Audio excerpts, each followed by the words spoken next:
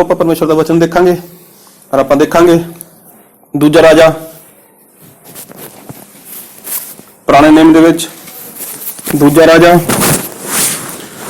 ਉਹਦਾ 4 ਅਧਿਆਇ page number 472 दूजा राजा पुराने नियम दे विच ਉਹਦਾ 4 अध्याय ਆਪਾਂ ਪੜਾਂਗੇ 1 ਤੋਂ ਲੈ ਕੇ 7 ਤੱਕ।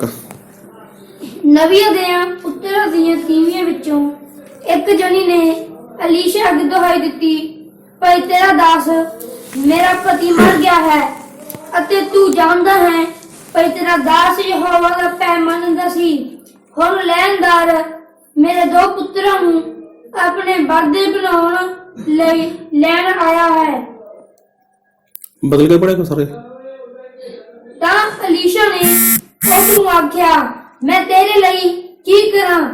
ਮੈਨੂੰ ਦੱਸ ਤੇਰੇ ਕੋਲ ਘਰ ਵਿੱਚ ਕੀ ਹੈ?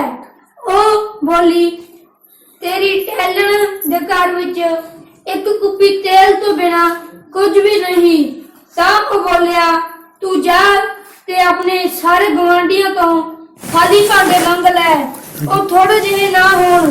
ਅਤੇ ਜਦ ਤੂੰ ਅੰਦਰ ਆ ਜਾਵੇਂ ਤਾਂ ਆਪਣੇ ਪੁੱਤਰਾਂ ਲਈ ਬੂਹਾ ਭੇੜ ਲਵੇਂ ਅਤੇ ਉਹਨਾਂ ਸਾਰਿਆਂ ਭਾਂਡਿਆਂ ਵਿੱਚ ਉਲੱਦਦੀ ਜਾਵੇਂ, ਜਿਹੜਾ ਭਰ ਜਾਏ ਉਸ ਨੂੰ ਅੱਡ ਰੱਖ ਦੇਈ। ਸੋ ਉਹ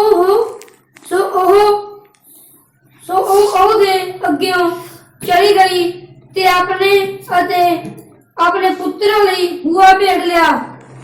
ਉਹ ਉਸ ਦੇ ਕੋਲ ਲਿਆਉਂਦੇ ਗਏ ਤੇ ਉਹ ਉਲੱਦਦੀ ਗਈ। ਫਿਰ ਇਹ ਹੋਇਆ, ਜਦ ਉਹ ਭਾਂਡੇ ਭਰ ਗਏ ਤਾਂ ਉਸਨੇ ਆਪਣੇ ਪੁੱਤਰ ਨੂੰ ਆਖਿਆ, ਮੇਰੇ ਕੋਲ ਇੱਕ ਹੋਰ ਭਾਂਡਾ ਲਿਆ। ਤਾਂ ਉਸਨੇ ਉਸਨੂੰ ਆਖਿਆ, ਹੋਰ ਤਾਂ ਕੋਈ ਭਾਂਡਾ ਨਹੀਂ ਹੈ। ਤਾਂ ਤੇਲ ਬੰਦ ਹੋ ਗਿਆ। ਤਦ ਉਹ ਪਰਮੇਸ਼ਵਰ ਦੇ ਜਨ ਕੋਲ ਆਈ ਅਤੇ ਉਹਨੂੰ ਦੱਸਿਆ ਅਤੇ ਉਹ ਉਹਨੂੰ ਬੋਲਿਆ, ਜਾ ਕੇ ਤੇਲ ਵੇਚ ਅਤੇ ਆਪਣਾ ਕਰਜ਼ਾ ਭਰ ਦੇ ਅਤੇ ਜੋ ਬਚੇ ਉਹਦੇ ਲਈ ਤੂੰ ਤੇ ਤੇਰੇ ਪੁੱਤਰ ਗੁਜ਼ਾਰਾ ਕਰੇ। ਸਾਰੇ ਬੋਲੋ ਹਾਲੇਲੂਇਆ, ਹਾਲੇਲੂਇਆ। ਇਹ ਪਰਮੇਸ਼ਰ ਦਾ ਵਚਨ ਪਰਮੇਸ਼ਰ ਦੇ ਆਤਮਾ ਦੁਆਰਾ ਲਿਖਾਇਆ ਗਿਆ ਹੈ ਤੇ ਪ੍ਰਭੂ ਯਿਸੂ ਮਸੀਹ ਕਹਿੰਦੇ ਨੇ ਆਕਾਸ਼ ਧਰਤੀ ਟਲ ਜਾਏਗਾ ਪਰ ਮੇਰਾ ਵਚਨ ਕਦੇ ਵੀ ਨਹੀਂ ਟਲੇਗਾ, ਕਿਉਂਕਿ ਸਾਡੇ ਪਰਮੇਸ਼ਵਰ ਸੱਚੇ ਪਰਮੇਸ਼ਵਰ ਨੇ, ਸਾਡੇ ਪਰਮੇਸ਼ਵਰ ਜ਼ਿੰਦਾ ਪਰਮੇਸ਼ਵਰ ਨੇ ਔਰ ਪ੍ਰਭੂ ਯਿਸੂ ਮਸੀਹ ਉਹ ਪਵਿੱਤਰ ਪਰਮੇਸ਼ਵਰ ਨੇ। ਤੇ ਜੋ ਸ਼ੈਤਾਨ ਹੈ, ਸ਼ੈਤਾਨ जब भी काम करता है वो परमेश्वर के वचन के खिलाफ ही काम करता है। अगर आप गल करिए कि बहुत सारे लोग झूठ बोलते हैं, झूठ बोलना पाप नहीं है, नशा करना वो भी पाप नहीं है, ते लड़ाई झगड़ा करना वो भी पाप नहीं है, मतलब इधर तो कोई भी काम चोरी करना वो भी पाप नहीं है। लेकिन बाइबल दसदे सानू कि पहला यूहन्ना ਉਹਦਾ 3 अध्याय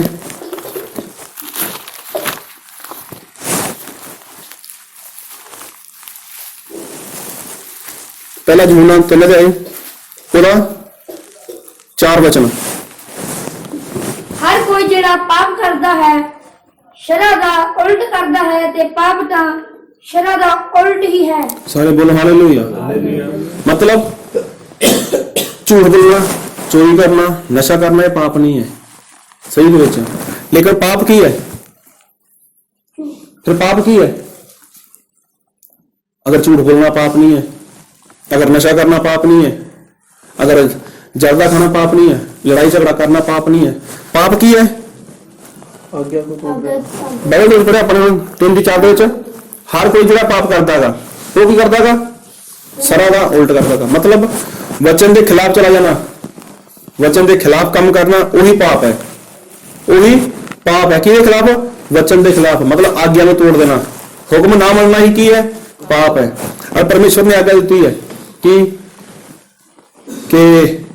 चोरी ना करो, परमेश्वर ने नहीं किया था। लेकिन जो इंसान चोरी करता है वो की करता है? वो वचन के खिलाफ काम करता है। और जो इंसान वचन के खिलाफ काम करता है वो की करता है? वही पाप करता है। और जिदा परमेश्वर ने कहा कि तुहाडा शरीर की है, मेरा मंदिर है, जे कोई ਇਹਦਾ नाश करता है तो मैं ਉਹਦਾ नाश कर ਦਿਆਂਗਾ। सारे बोलो हालेलुया। तो नाश कोई करता है? कई लोग शराब पाਉਂਦੇ ਨੇ, नशा पाਉਂਦੇ ਨੇ, ਹੋਰ ਬੁਰੀਆਂ ਚੀਜ਼ਾਂ ਸਰੀਰ ਦੇ ਵਿੱਚ ਪਾਉਂਦੇ ਨੇ, ਤੇ ਉਹ ਕੀ ਕਰਦੇ ਨੇ? ਸਰੀਰ ਦਾ ਨਾਸ ਕਰਦੇ ਨੇ। ਜਦ ਪਰਮੇਸ਼ਵਰ ਨੇ ਇਹ ਨਹੀਂ ਕਿਹਾ ਕਿ ਤੁਸੀਂ ਬੀੜੀ ਨਾ ਪੀਓ, ਸਿਗਰਟ ਨਾ ਪੀਓ, ਲੇਕਿਨ ਪਰਮੇਸ਼ਵਰ ਨੇ ਕੀ ਕਹਤਾ ਕਿ ਤੁਹਾਡਾ ਜੋ ਸਰੀਰ ਹੈ ਉਹ ਮੇਰਾ ਮੰਦਿਰ ਹੈ, ਉਹ ਮੇਰੀ ਹੈਕਲ ਹੈ, ਇਹਦਾ ਨਾਸ ਨਾ ਕਰੋ। ਅਗਰ ਕੋਈ ਇਦਾਂ ਦੇ ਕੰਮ ਕਰਦਾਗਾ ਤੇ ਉਹ ਕੀ ਕਰਦਾਗਾ? ਪਰਮੇਸ਼ਵਰ ਦੇ ਵਚਨ ਦੇ ਖਿਲਾਫ ਕੰਮ ਕਰਦਾਗਾ। ਔਰ ਵਚਨ ਦੇ ਖਿਲਾਫ ਕੰਮ ਕਰਨਾ ਕੀ ਹੈ? ਉਹੀ ਪਾਪ ਹੈ, ਉਹੀ ਪਾਪ ਹੈ। ਔਰ ਪਾਪ ਕਰਾਉਣ ਵਾਲਾ ਕੌਣ ਹੈ? ਸਾਰੇ ਬੋਲੋ ਹਾਲੇਲੂਇਆ। ਪਾਪ ਕਰਾਉਣ ਵਾਲਾ ਕੌਣ ਹੈ? ਉਹ ਤਾਂ ਕਹਿੰਦੇ ਸ਼ੈਤਾਨ ਨੇ।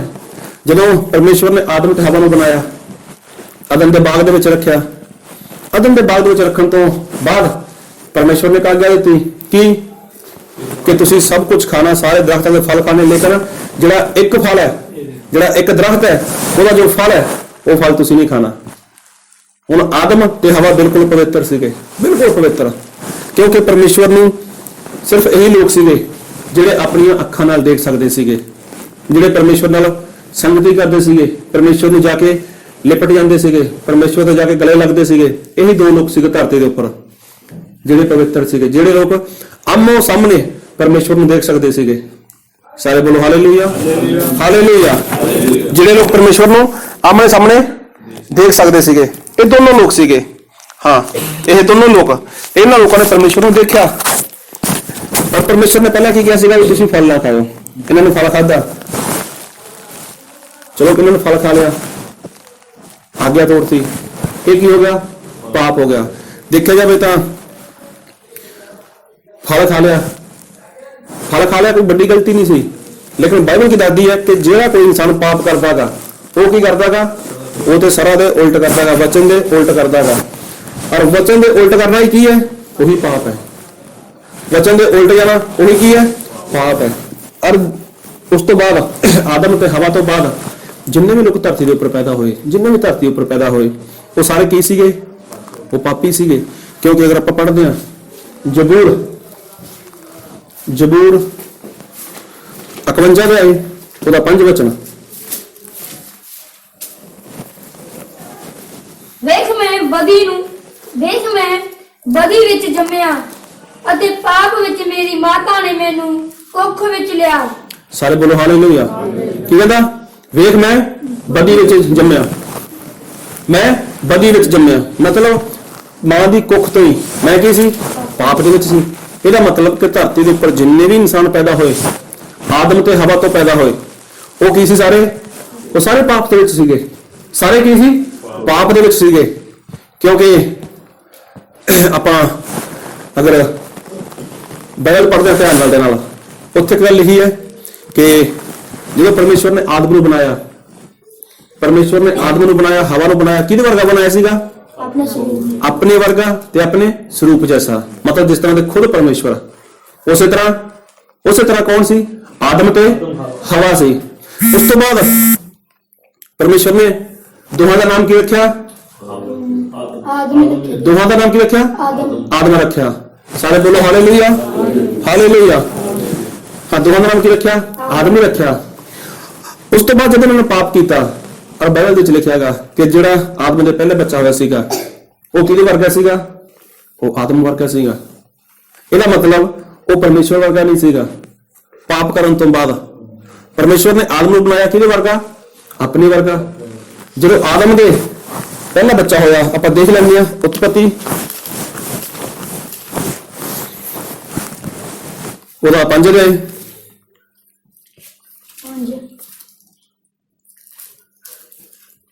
ਉਹਦਾ 3 ਵਚਨ। ਆਦਮ 130 ਵਰ੍ਹਿਆਂ ਦਾ ਹੋਇਆ ਤਾਂ ਉਸ ਤੋਂ ਇੱਕ ਪੁੱਤਰ ਉਸ ਵਰਗਾ ਤੇ ਉਸ ਦੇ ਸਰੂਪ ਉੱਤੇ ਜੰਮਿਆ ਤੇ ਉਸ ਨੇ ਉਹਦਾ ਨਾਮ ਸੇਤ ਰੱਖਿਆ। ਸਾਰੇ ਬੋਲੋ ਹਾਲੇਲੂਇਆ। ਆਦਮ 130 ਸਾਲ ਦਾ ਹੋ ਚੁੱਕਿਆ ਸੀਗਾ ਤੇ ਉਸ ਤੋਂ ਇੱਕ ਪੁੱਤਰ ਉਸ ਵਰਗਾ, ਕਿਹਦੇ ਵਰਗਾ? ਆਦਮ ਵਰਗਾ, ਤੇ ਆਦਮ ਦੇ ਸਰੂਪ ਜੈਸਾ ਬਣ ਗਿਆ। ਮਤਲਬ ਇੱਥੇ ਫਰਕ ਆ ਗਿਆ। ਔਰ ਬਾਈਬਲ ਦੇ ਵਿੱਚ ਪੜ੍ਹਿਆ ਜ਼ਬੂਰ ਦੇ ਵਿੱਚ ਕਿ ਜਿਹੜਾ ਵੀ ਇਨਸਾਨ ਅਗਰ ਧਰਤੀ ਉੱਪਰ ਜਨਮ ਲੈਂਦਾ ਹੈਗਾ ਉਹ ਇੱਕ ਔਰਤ ਤੋਂ ਪੈਦਾ ਹੁੰਦਾ ਹੈਗਾ। ਔਰ ਉਹ ਬਾਈਬਲ ਦੇ ਵਿੱਚ ਲਿਖਿਆ ਹੈਗਾ ਕਿ ਜਿਹੜਾ ਬੱਚਾ ਹੈਗਾ ਉਹ ਆਪਣੀ ਮਾਂ ਦੇ ਪੇਟ ਤੋਂ ਹੀ ਪਾਪੀ ਹੈ, ਮਾਂ ਦੇ ਪੇਟ ਤੋਂ ਪਾਪੀ ਹੈ। ਔਰ ਪਾਪੀ ਕਿਵੇਂ ਹੈ ਆਪਾਂ ਦੇਖਾਂਗੇ। ਕੂਚ ਨਿਰਗਮਨ, ਕੂਚ 20 ਦੇ ਕੂਚ 20 ਦੇ ਉਹਦਾ ਪੰਜ ਵਚਨ। ਨਾ ਤੂੰ ਉਹਨਾਂ ਦੇ ਅੱਗੇ ਮੱਥਾ ਟੇਕ, ਸੁਣੋ ਧਿਆਨ ਨਾਲ। ਹਾਂ, ਨਾ ਤੂੰ ਉਹਨਾਂ ਅੱਗੇ ਮੱਥਾ ਟੇਕ, ਨਾ ਉਹਨਾਂ ਦੀ ਪੂਜਾ ਕਰ, ਕਿਉਂ ਜੋ ਮੈਂ ਯਹੋਵਾ ਤੇਰਾ ਪਰਮੇਸ਼ਵਰ ਅੰਖ ਵਾਲਾ ਪਰਮੇਸ਼ਵਰ ਹਾਂ, ਜਿਹੜਾ ਪਿਓ ਦਾਦਿਆਂ ਦੀ ਬੁਰਾਈ ਨੂੰ ਬੱਚਿਆਂ ਉੱਤੇ ਅਤੇ ਆਪਣੇ ਵੈਰੀਆਂ ਦੀ ਤੀਜੀ ਅਤੇ ਚੌਥੀ ਪੀੜ੍ਹੀ ਉੱਤੇ ਲਿਆਉਂਦਾ ਹਾਂ। ਸਾਰੇ ਬੋਲੋ ਹਾਲੇਲੂਇਆ, ਹਾਲੇਲੂਇਆ। ਕਿਹੜਾ ਪਰਮੇਸ਼ਵਰ ਹੈ? ਜਿਹੜਾ ਬਾਪ ਦਾਦੇ ਦੀ ਬੁਰਾਈ, ਬਾਪ ਦਾਦੇ ਦਾ ਪਾਪ ਕਿੱਥੇ ਤੱਕ ਲੱਗਿਆ ਜਾਂਦਾ ਹੈ? ਤੀਜੀ ਚੌਥੀ ਪੀੜ੍ਹੀ ਤੱਕ। ਅਗਰ ਕੋਈ ਇਨਸਾਨ ਨੇ ਪਾਪ ਨਹੀਂ ਵੀ ਕੀਤਾ, ਚਲੋ ਕਈ ਵਾਰ ਕੋਈ ਬੱਚਾ ਉੱਠ ਕੇ ਕਹਿ ਦੇਵੇ ਮੈਂ ਤਾਂ ਹਲੇ 7-8 ਸਾਲ ਦਾਂਗਾ, ਮੈਨੂੰ ਤਾਂ ਪਤਾ ਹੀ ਨਹੀਂ ਪਾਪ ਕੀ ਹੈ, ਲੇਕਿਨ ਬਾਈਬਲ ਕੀ ਦੱਸਦੀ ਹੈ ਕਿ ਉਹ ਪਰਮੇਸ਼ਵਰ ਕੀ ਕਰਦੇ ਨੇ? ਇਹ ਪਰਮੇਸ਼ਵਰ ਤੀਜੀ ਚੌਥੀ ਪੀੜ੍ਹੀ ਤੱਕ ਬੁਰਾਈ ਲੈ ਕੇ ਆਉਣ ਵਾਲਾ ਪਰਮੇਸ਼ਵਰ ਹੈ। ਏਦਾਂ ਦਾ ਪਰਮੇਸ਼ਵਰ ਜਿਹੜਾ ਪਿਓ ਦਾਦਿਆਂ ਦਾ ਪਾਪ ਉਹਨਾਂ ਦੀ ਤੀਜੀ ਚੌਥੀ ਪੀੜ੍ਹੀ ਤੱਕ ਲੈ ਕੇ ਆ ਸਕਦਾ ਗਾ। ਫਰਜ਼ ਕਰ ਲਓ ਮੈਂ ਕੋਈ ਪਾਪ ਕੀਤਾਗਾ, ਮੈਂ ਤਾਂ ਪਾਪ ਕੀਤਾ ਹੀ ਹੈ, ਲੇਕਿਨ ਮੇਰੇ ਪਾਪ ਕਿਹਦੇ ਉੱਪਰ ਆ ਗਿਆ? ਮੇਰੇ ਬੱਚੇ ਉੱਪਰ, ਫਿਰ ਅੱਗੇ ਉਸਦੇ ਬੱਚੇ ਉੱਪਰ, ਫਿਰ ਉਸਦੇ ਬੱਚੇ ਦੇ ਉੱਪਰ ਕੀ ਆ ਗਿਆ? ਚੌਥੀ ਪੀੜ੍ਹੀ ਤੱਕ ਚਲਾ ਗਿਆ। ਫਿਰ ਜਿਹੜਾ ਮੇਰੇ ਬੱਚੇ ਨੇ ਪਾਪ ਕੀਤਾ ਉਹ ਉਸਦੇ ਬੱਚੇ ਦੇ ਉੱਪਰ, ਫਿਰ ਅੱਗੇ ਤੋਂ ਅੱਗੇ, ਅੱਗੇ ਤੋਂ ਅੱਗੇ, ਕੋਈ ਪਾਪ ਖਤਮ ਹੋਣ ਵਾਲਾ ਹੀ ਨਹੀਂ ਹੈ। ਅੱਜ ਵੀ ਗੱਲ ਕਰਦੇ ਆ ਆਦਮ ਦਾ ਪਾਪ ਜਿਹੜਾ ਕਰਿਆ ਸੀ ਆਦਮ ਨੇ ਅਦਨ ਬਾਗ ਦੇ ਵਿੱਚ, ਜੋ ਗਲਤੀ ਕੀਤੀ ਸੀ, ਜੋ ਪਾਪ ਹੋਇਆ ਸੀ ਆਦਮ ਤੋਂ, ਉਹ ਹੁਣ ਤੱਕ ਚੱਲਦਾ ਆ ਰਿਹਾ ਹੈਗਾ। ਸਾਰੇ ਬੋਲੋ ਹਾਲੇਲੂਇਆ, ਹਾਲੇਲੂਇਆ। ਆਦਮ ਦੇ ਕੋਲੋਂ ਜੋ ਵੀ ਗਲਤੀ ਹੋਈ, ਆਦਮ ਦੇ ਕੋਲੋਂ ਜੋ ਵੀ ਪਾਪ ਹੋਇਆ, ਉਹ ਹੁਣ ਤੱਕ ਚੱਲਦਾ ਆ ਰਿਹਾ। ਕਿਉਂ? ਤੀਜੀ ਚੌਥੀ ਪੀੜ੍ਹੀ, ਇਹ ਪੀੜ੍ਹੀ ਖਤਮ ਹੁੰਦੀ ਨਹੀਂ ਪਈ, ਇਹ ਚਲਦੀ ਜਾ ਰਹੀ ਹੈ, ਚਲਦੀ ਜਾ ਰਹੀ ਹੈ, ਚਲਦੀ ਜਾ ਰਹੀ ਹੈ। ਆਦਮ ਨੇ ਗਲਤੀ ਕੀਤੀ, ਉਸ ਤੋਂ ਬਾਅਦ ਉਸਦਾ ਬੇਟਾ ਸੇਤ ਹੋਇਆ, ਸੇਤ ਹੋਣ ਤੋਂ ਬਾਅਦ ਫਿਰ ਉਸਦੇ ਬੱਚੇ ਹੋਣਗੇ, ਫਿਰ ਬਾਪ ਕੌਣ ਸੀਗਾ? ਆਦਮ ਦਾ ਪਾਪ, ਫਿਰ ਸੇਤ ਦਾ ਪਾਪ, ਫਿਰ ਅੱਗੇ ਉਸਦੇ ਬੱਚਿਆਂ ਦਾ ਪਾਪ, ਉਸਦੇ ਇਸ ਤਰ੍ਹਾਂ ਚੱਲਦਾ ਹੀ ਗਿਆ, ਚੱਲਦਾ ਗਿਆ, ਉਹ ਹੁਣ ਤੱਕ ਚੱਲਦਾ ਗਿਆ, ਅੱਗੇ ਨੂੰ ਵੀ ਚੱਲਦਾ ਜਾ ਰਿਹਾ ਹੈਗਾ। ਕਿਉਂ? ਕਿਉਂਕਿ ਬਾਈਬਲ ਦੱਸਦੀ ਹੈ ਕਿ ਪਰਮੇਸ਼ਵਰ ਕੀ ਕਰਦੇ ਨੇ?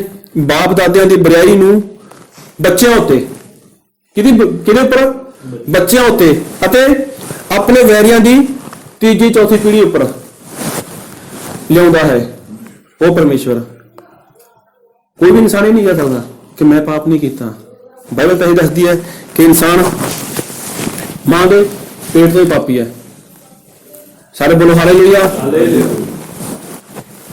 ਹਾਲੇਲੂਇਆ। ਹਾਂ, ਕਿਉਂਕਿ ਬਾਈਬਲ ਵਿੱਚ ਲਿਖਿਆ ਗਾ, ਆਪਾਂ ਪੜਾਂਗੇ ਕਿ ਯਹੂਨਾ 8 ਅਧਿਆਏ ਉਹਦਾ 34 ਵਚਨ।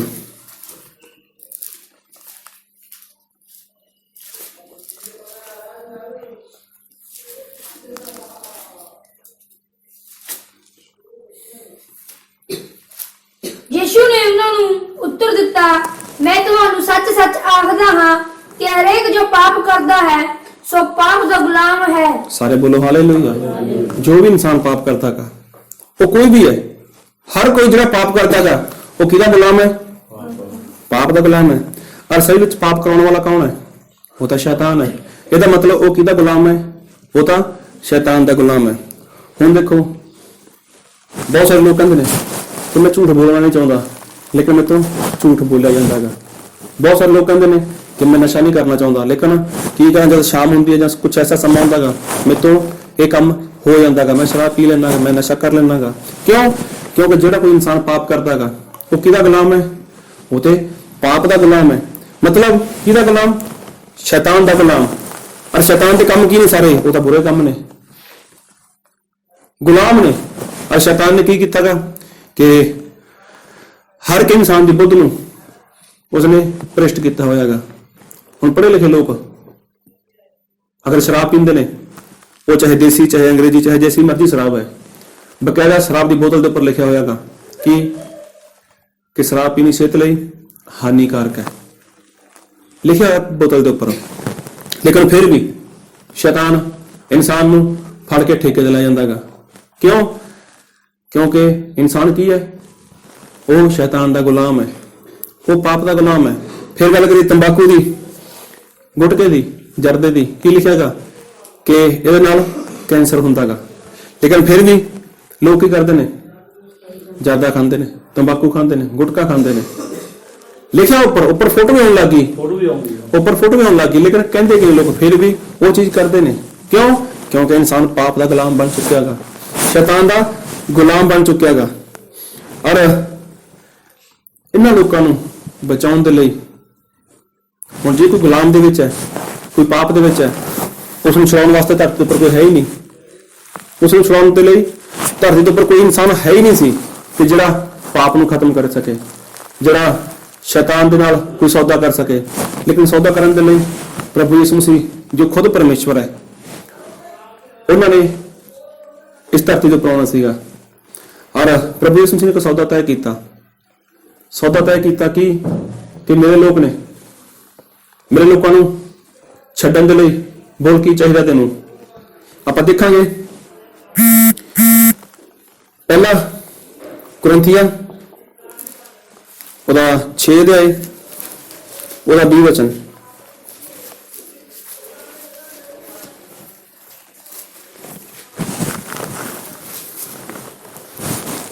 ਤੁਸੀਂ ਤਾਂ ਮੁੱਲ ਨਾਲ ਲਏ ਹੋਏ ਹੋ। ਹਾਂ, ਸਾਰੇ ਬੋਲੋ ਹਾਲੇਲੂਇਆ, ਹਾਲੇਲੂਇਆ।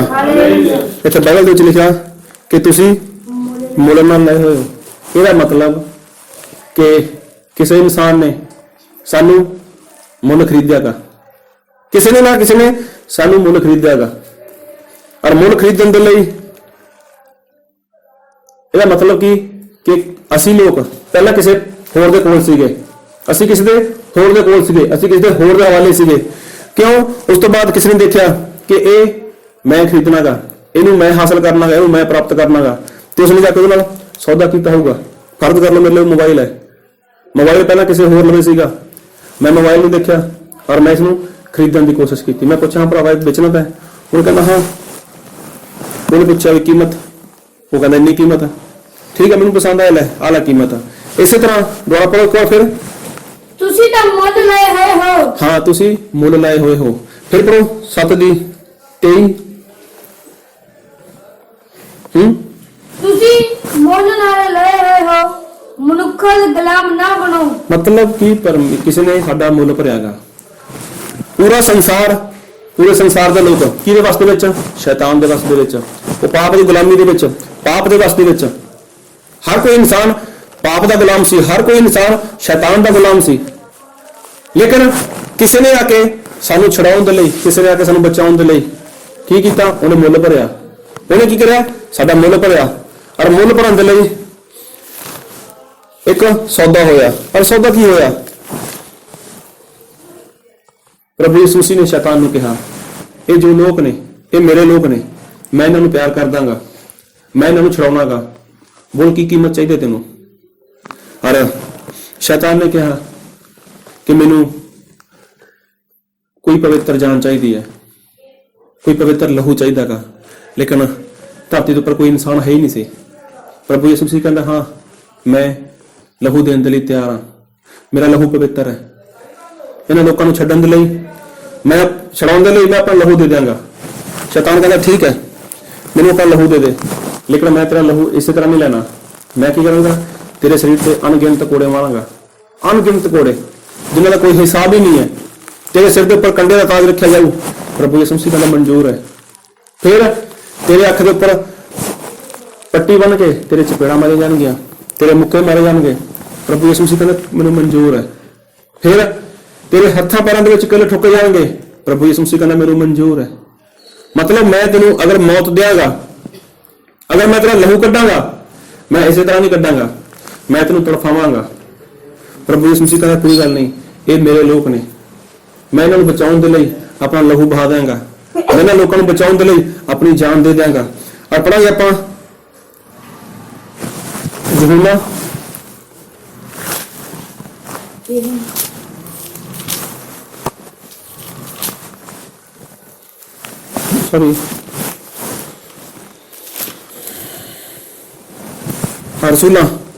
ਰਸੂਲਾਂ ਦੀ ਕਿਤਾਬ ਉਹਦਾ 20 ਅਧਿਆਇ ਉਹਦਾ 28 ਵਚਨ।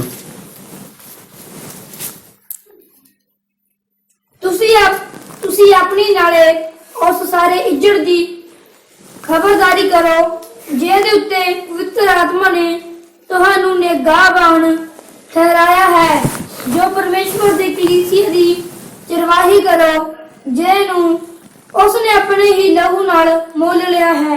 ਹਾਂ, ਸਾਰੇ ਬੋਲੋ ਹਾਲੇਲੂਇਆ, ਹਾਲੇਲੂਇਆ।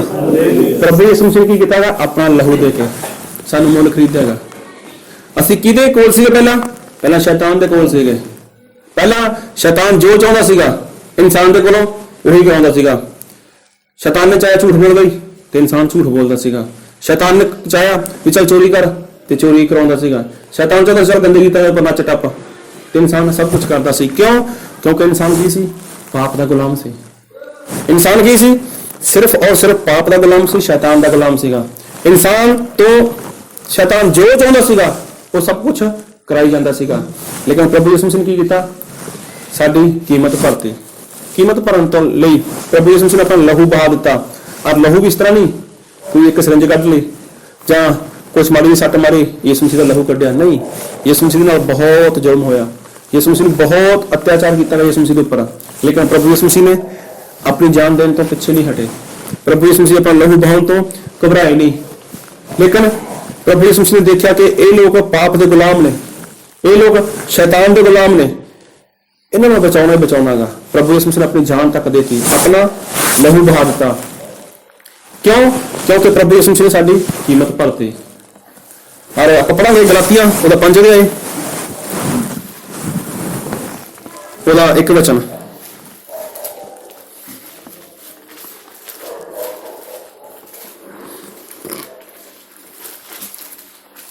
ਆਜ਼ਾਦੀ ਲਈ ਮਸੀਹ ਨੇ ਸਾਨੂੰ ਆਜ਼ਾਦ ਕੀਤਾ। ਸਾਰੇ ਬੋਲੋ ਹਾਲੇਲੂਇਆ, ਹਾਲੇਲੂਇਆ, ਹਾਲੇਲੂਇਆ। ਆਜ਼ਾਦੀ ਦੇ ਲਈ, ਆਜ਼ਾਦ ਕਰਨ ਦੇ ਲਈ ਮਸੀਹ ਨੇ ਸਾਨੂੰ ਕੀ ਕੀਤਾ? ਆਜ਼ਾਦ ਕਰਨ ਦੇ ਲਈ। ਦੁਬਾਰਾ ਪੜੋ। ਆਜ਼ਾਦੀ ਲਈ ਮਸੀਹ ਨੇ ਸਾਨੂੰ ਆਜ਼ਾਦ ਕੀਤਾ। ਆਜ਼ਾਦੀ ਦੇ ਲਈ ਮਤਲਬ ਆਜ਼ਾਦ ਕਰਨ ਦੇ ਲਈ ਮਸੀਹ ਨੇ ਸਾਨੂੰ ਆਜ਼ਾਦ ਕੀਤਾ ਹੈਗਾ। ਹੁਣ ਸਾਡੇ ਉੱਪਰ ਕੋਈ ਸਜ਼ਾ ਨਹੀਂ ਹੈ, ਅਸੀਂ ਪਾਪ ਦੇ ਗੁਲਾਮ ਨਹੀਂ ਹੈ। ਹੁਣ ਸ਼ੈਤਾਨ ਸਾਡੇ ਕੋਲ ਜੋ ਵੀ ਚਾਹੇ ਅਸੀਂ ਉਹ ਕਰਨਾ ਨਹੀਂ ਹੈ। ਕਿਉਂ ਨਹੀਂ ਕਰਨਾ? ਕਿਉਂਕਿ ਸਾਡੀ ਕੀਮਤ ਪ੍ਰਭੂ ਯਿਸੂ ਮਸੀਹ ਭਰ ਚੁੱਕੇ ਨੇ। ਲਿਖਿਆ ਬਾਈਬਲ ਦੇ ਵਿੱਚ ਪਾਪ ਦੀ ਮਜ਼ਦੂਰੀ ਕੀ ਹੈ? ਉਹਦਾ ਮੌਤ ਹੈ। ਲੇਕਿਨ ਸਾਡੀ ਉਹ ਮੌਤ ਨਹੀਂ ਹੈ, ਕਿਉਂਕਿ ਸਾਡੀ ਮੌਤ ਕੌਣ ਲੈ ਚੁੱਕਿਆ ਆਪਣੇ ਉੱਪਰ? ਪ੍ਰਭੂ ਯਿਸੂ ਮਸੀਹ ਲੈ ਚੁੱਕੇ ਨੇ। ਪ੍ਰਭੂ ਯਿਸੂ ਮਸੀਹ ਨੇ ਸਾਡੀ ਸਜ਼ਾ ਆਪਣੇ ਉੱਪਰ ਲੈ ਲਈ ਔਰ ਸਾਨੂੰ ਕੀ ਕੀਤਾ? ਆਜ਼ਾਦ ਕੀਤਾਗਾ। ਆਜ਼ਾਦ ਕਰਨ ਦੇ ਲਈ ਪ੍ਰਭੂ ਯਿਸੂ ਮਸੀਹ ਨੇ ਇੱਕ ਸੌਦਾ ਕੀਤਾ। ਸੌਦਾ ਕਿਹਦੇ ਦਰਮਿਆਨ ਹੋਇਆ? ਸ਼ੈਤਾਨ ਔਰ ਪ੍ਰਭੂ ਯਿਸੂ ਮਸੀਹ ਦੇ ਵਿਚਕਾਰ ਸੌਦਾ ਹੋਇਆ। ਲਿਖਿਆ ਬਾਈਬਲ ਦੇ ਵਿੱਚ ਕਿ ਸਾਨੂੰ ਮੁੱਲ ਖਰੀਦਿਆ। ਅਸੀਂ ਕੀ ਆ? ਅਸੀਂ ਮੁੱਲ ਖਰੀਦੇ ਹੋਏ ਆ। ਕਿਹਦੇ? ਪ੍ਰਭੂ ਯਿਸੂ ਮਸੀਹ ਦੇ। ਅਸੀਂ ਮੁੱਲ ਖਰੀਦੇ ਹੋਏ ਆ ਪ੍ਰਭੂ ਯਿਸੂ ਮਸੀਹ ਦੇ ਲਹੂ ਨਾਲ। ਔਰ ਲਿਖਿਆ ਬਾਈਬਲ ਦੇ ਵਿੱਚ ਪਹਿਲਾ ਯਹੂਨਾ 1:7 ਦੇ ਵਿੱਚ ਕਿ ਪੜੋ ਜੀ।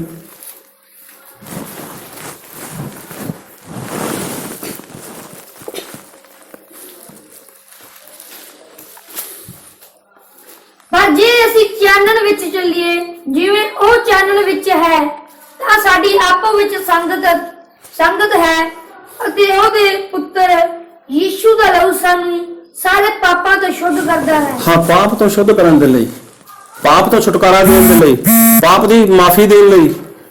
ਕਿੱਥੋਂ ਮਿਲਦਾ ਪਾਪ ਦੀ ਮਾਫੀ? ਕਿੱਥੋਂ ਮਿਲਦਾ ਪਾਪ ਤੋਂ ਛੁਟਕਾਰਾ? ਯਿਸੂ ਮਸੀਹ ਦੇ ਲਹੂ ਤੋਂ। ਔਰ ਯਿਸੂ ਮਸੀਹ ਨੇ ਆਪਣੇ ਲੋਕਾਂ ਲਈ ਕੀ ਕੀਤਾਗਾ? ਲਹੂ ਬਹਾਇਆਗਾ। ਯਿਸੂ ਮਸੀਹ ਨੇ ਕੀ ਕੀਤੀ ਹੈ? ਆਪਣੀ ਜਾਨ ਦਿੱਤੀ ਹੈ ਔਰ ਲਹੂ ਦੇ ਕੇ ਹੀ ਸਾਡੀ ਕੀਮਤ ਪ੍ਰਭੂ ਯਿਸੂ ਮਸੀਹ ਨੇ ਭਰ ਦਿੱਤੀ। ਮਤਲਬ ਅਸੀਂ ਕੀ ਆ? ਪ੍ਰਭੂ ਯਿਸੂ ਮਸੀਹ ਦੇ ਮੁੱਲ ਖਰੀਦੇ ਹੋਏ ਆ। ਪ੍ਰਭੂ ਯਿਸੂ ਮਸੀਹ ਦੇ ਮੁੱਲ ਖਰੀਦੇ ਹੋਏ ਆ। ਔਰ ਕੋਈ ਵੀ ਇਨਸਾਨ ਅਗਰ ਕੋਈ ਚੀਜ਼ ਖਰੀਦ ਕੇ ਲੈ ਕੇ ਆਉਂਦਾਗਾ ਤੇ ਉਸਨੂੰ ਆਪਣੇ ਘਰ ਦੇ ਵਿੱਚ ਰੱਖਦਾਗਾ, ਸਜਾ ਕੇ ਰੱਖਦਾਗਾ, ਸੰਭਾਲ ਕੇ ਰੱਖਦਾਗਾ। ਤੇ ਪ੍ਰਭੂ ਯਿਸੂ ਮਸੀਹ ਨੇ ਸਾਨੂੰ ਆਪਣੀ ਜਾਨ ਦਿੱਤੀ ਹੈ, ਸਾਡੇ ਲਈ ਆਪਣੀ ਜਾਨ ਦਿੱਤੀ, ਆਪਣਾ ਲਹੂ ਬਹਾਇਆਗਾ। ਕਿਉਂ ਪ੍ਰਭੂ ਯਿਸੂ ਮਸੀਹ ਨੂੰ ਲਹੂ ਬਹਾਉਣਾ ਪਿਆ? ਕਿਉਂਕਿ ਇਨਸਾਨ ਪਾਪ ਦਾ ਗੁਲਾਮ ਸੀ, ਇਨਸਾਨ ਸ਼ੈਤਾਨ ਦਾ ਗੁਲਾਮ ਸੀ। ਸ਼ੈਤਾਨ ਜੋ ਚਾਹੁੰਦਾ ਸੀਗਾ ਉਹ ਇਨਸਾਨ ਦੇ ਕੋਲੋਂ ਕਰਾ ਰਿਹਾ ਸੀਗਾ, ਜੋ ਜਾ ਰਿਹਾ ਸੀਗਾ ਉਹੀ ਸ਼ੈਤਾਨ ਇਨਸਾਨ ਦੇ ਕੋਲੋਂ ਕਰਾਉਂਦਾ ਸੀ। ਲੇਕਿਨ ਪ੍ਰਭੂ ਯਿਸੂ ਮਸੀਹ ਇਨਸਾਨ ਨੂੰ ਪਿਆਰ ਕਰਦੇ ਸੀ।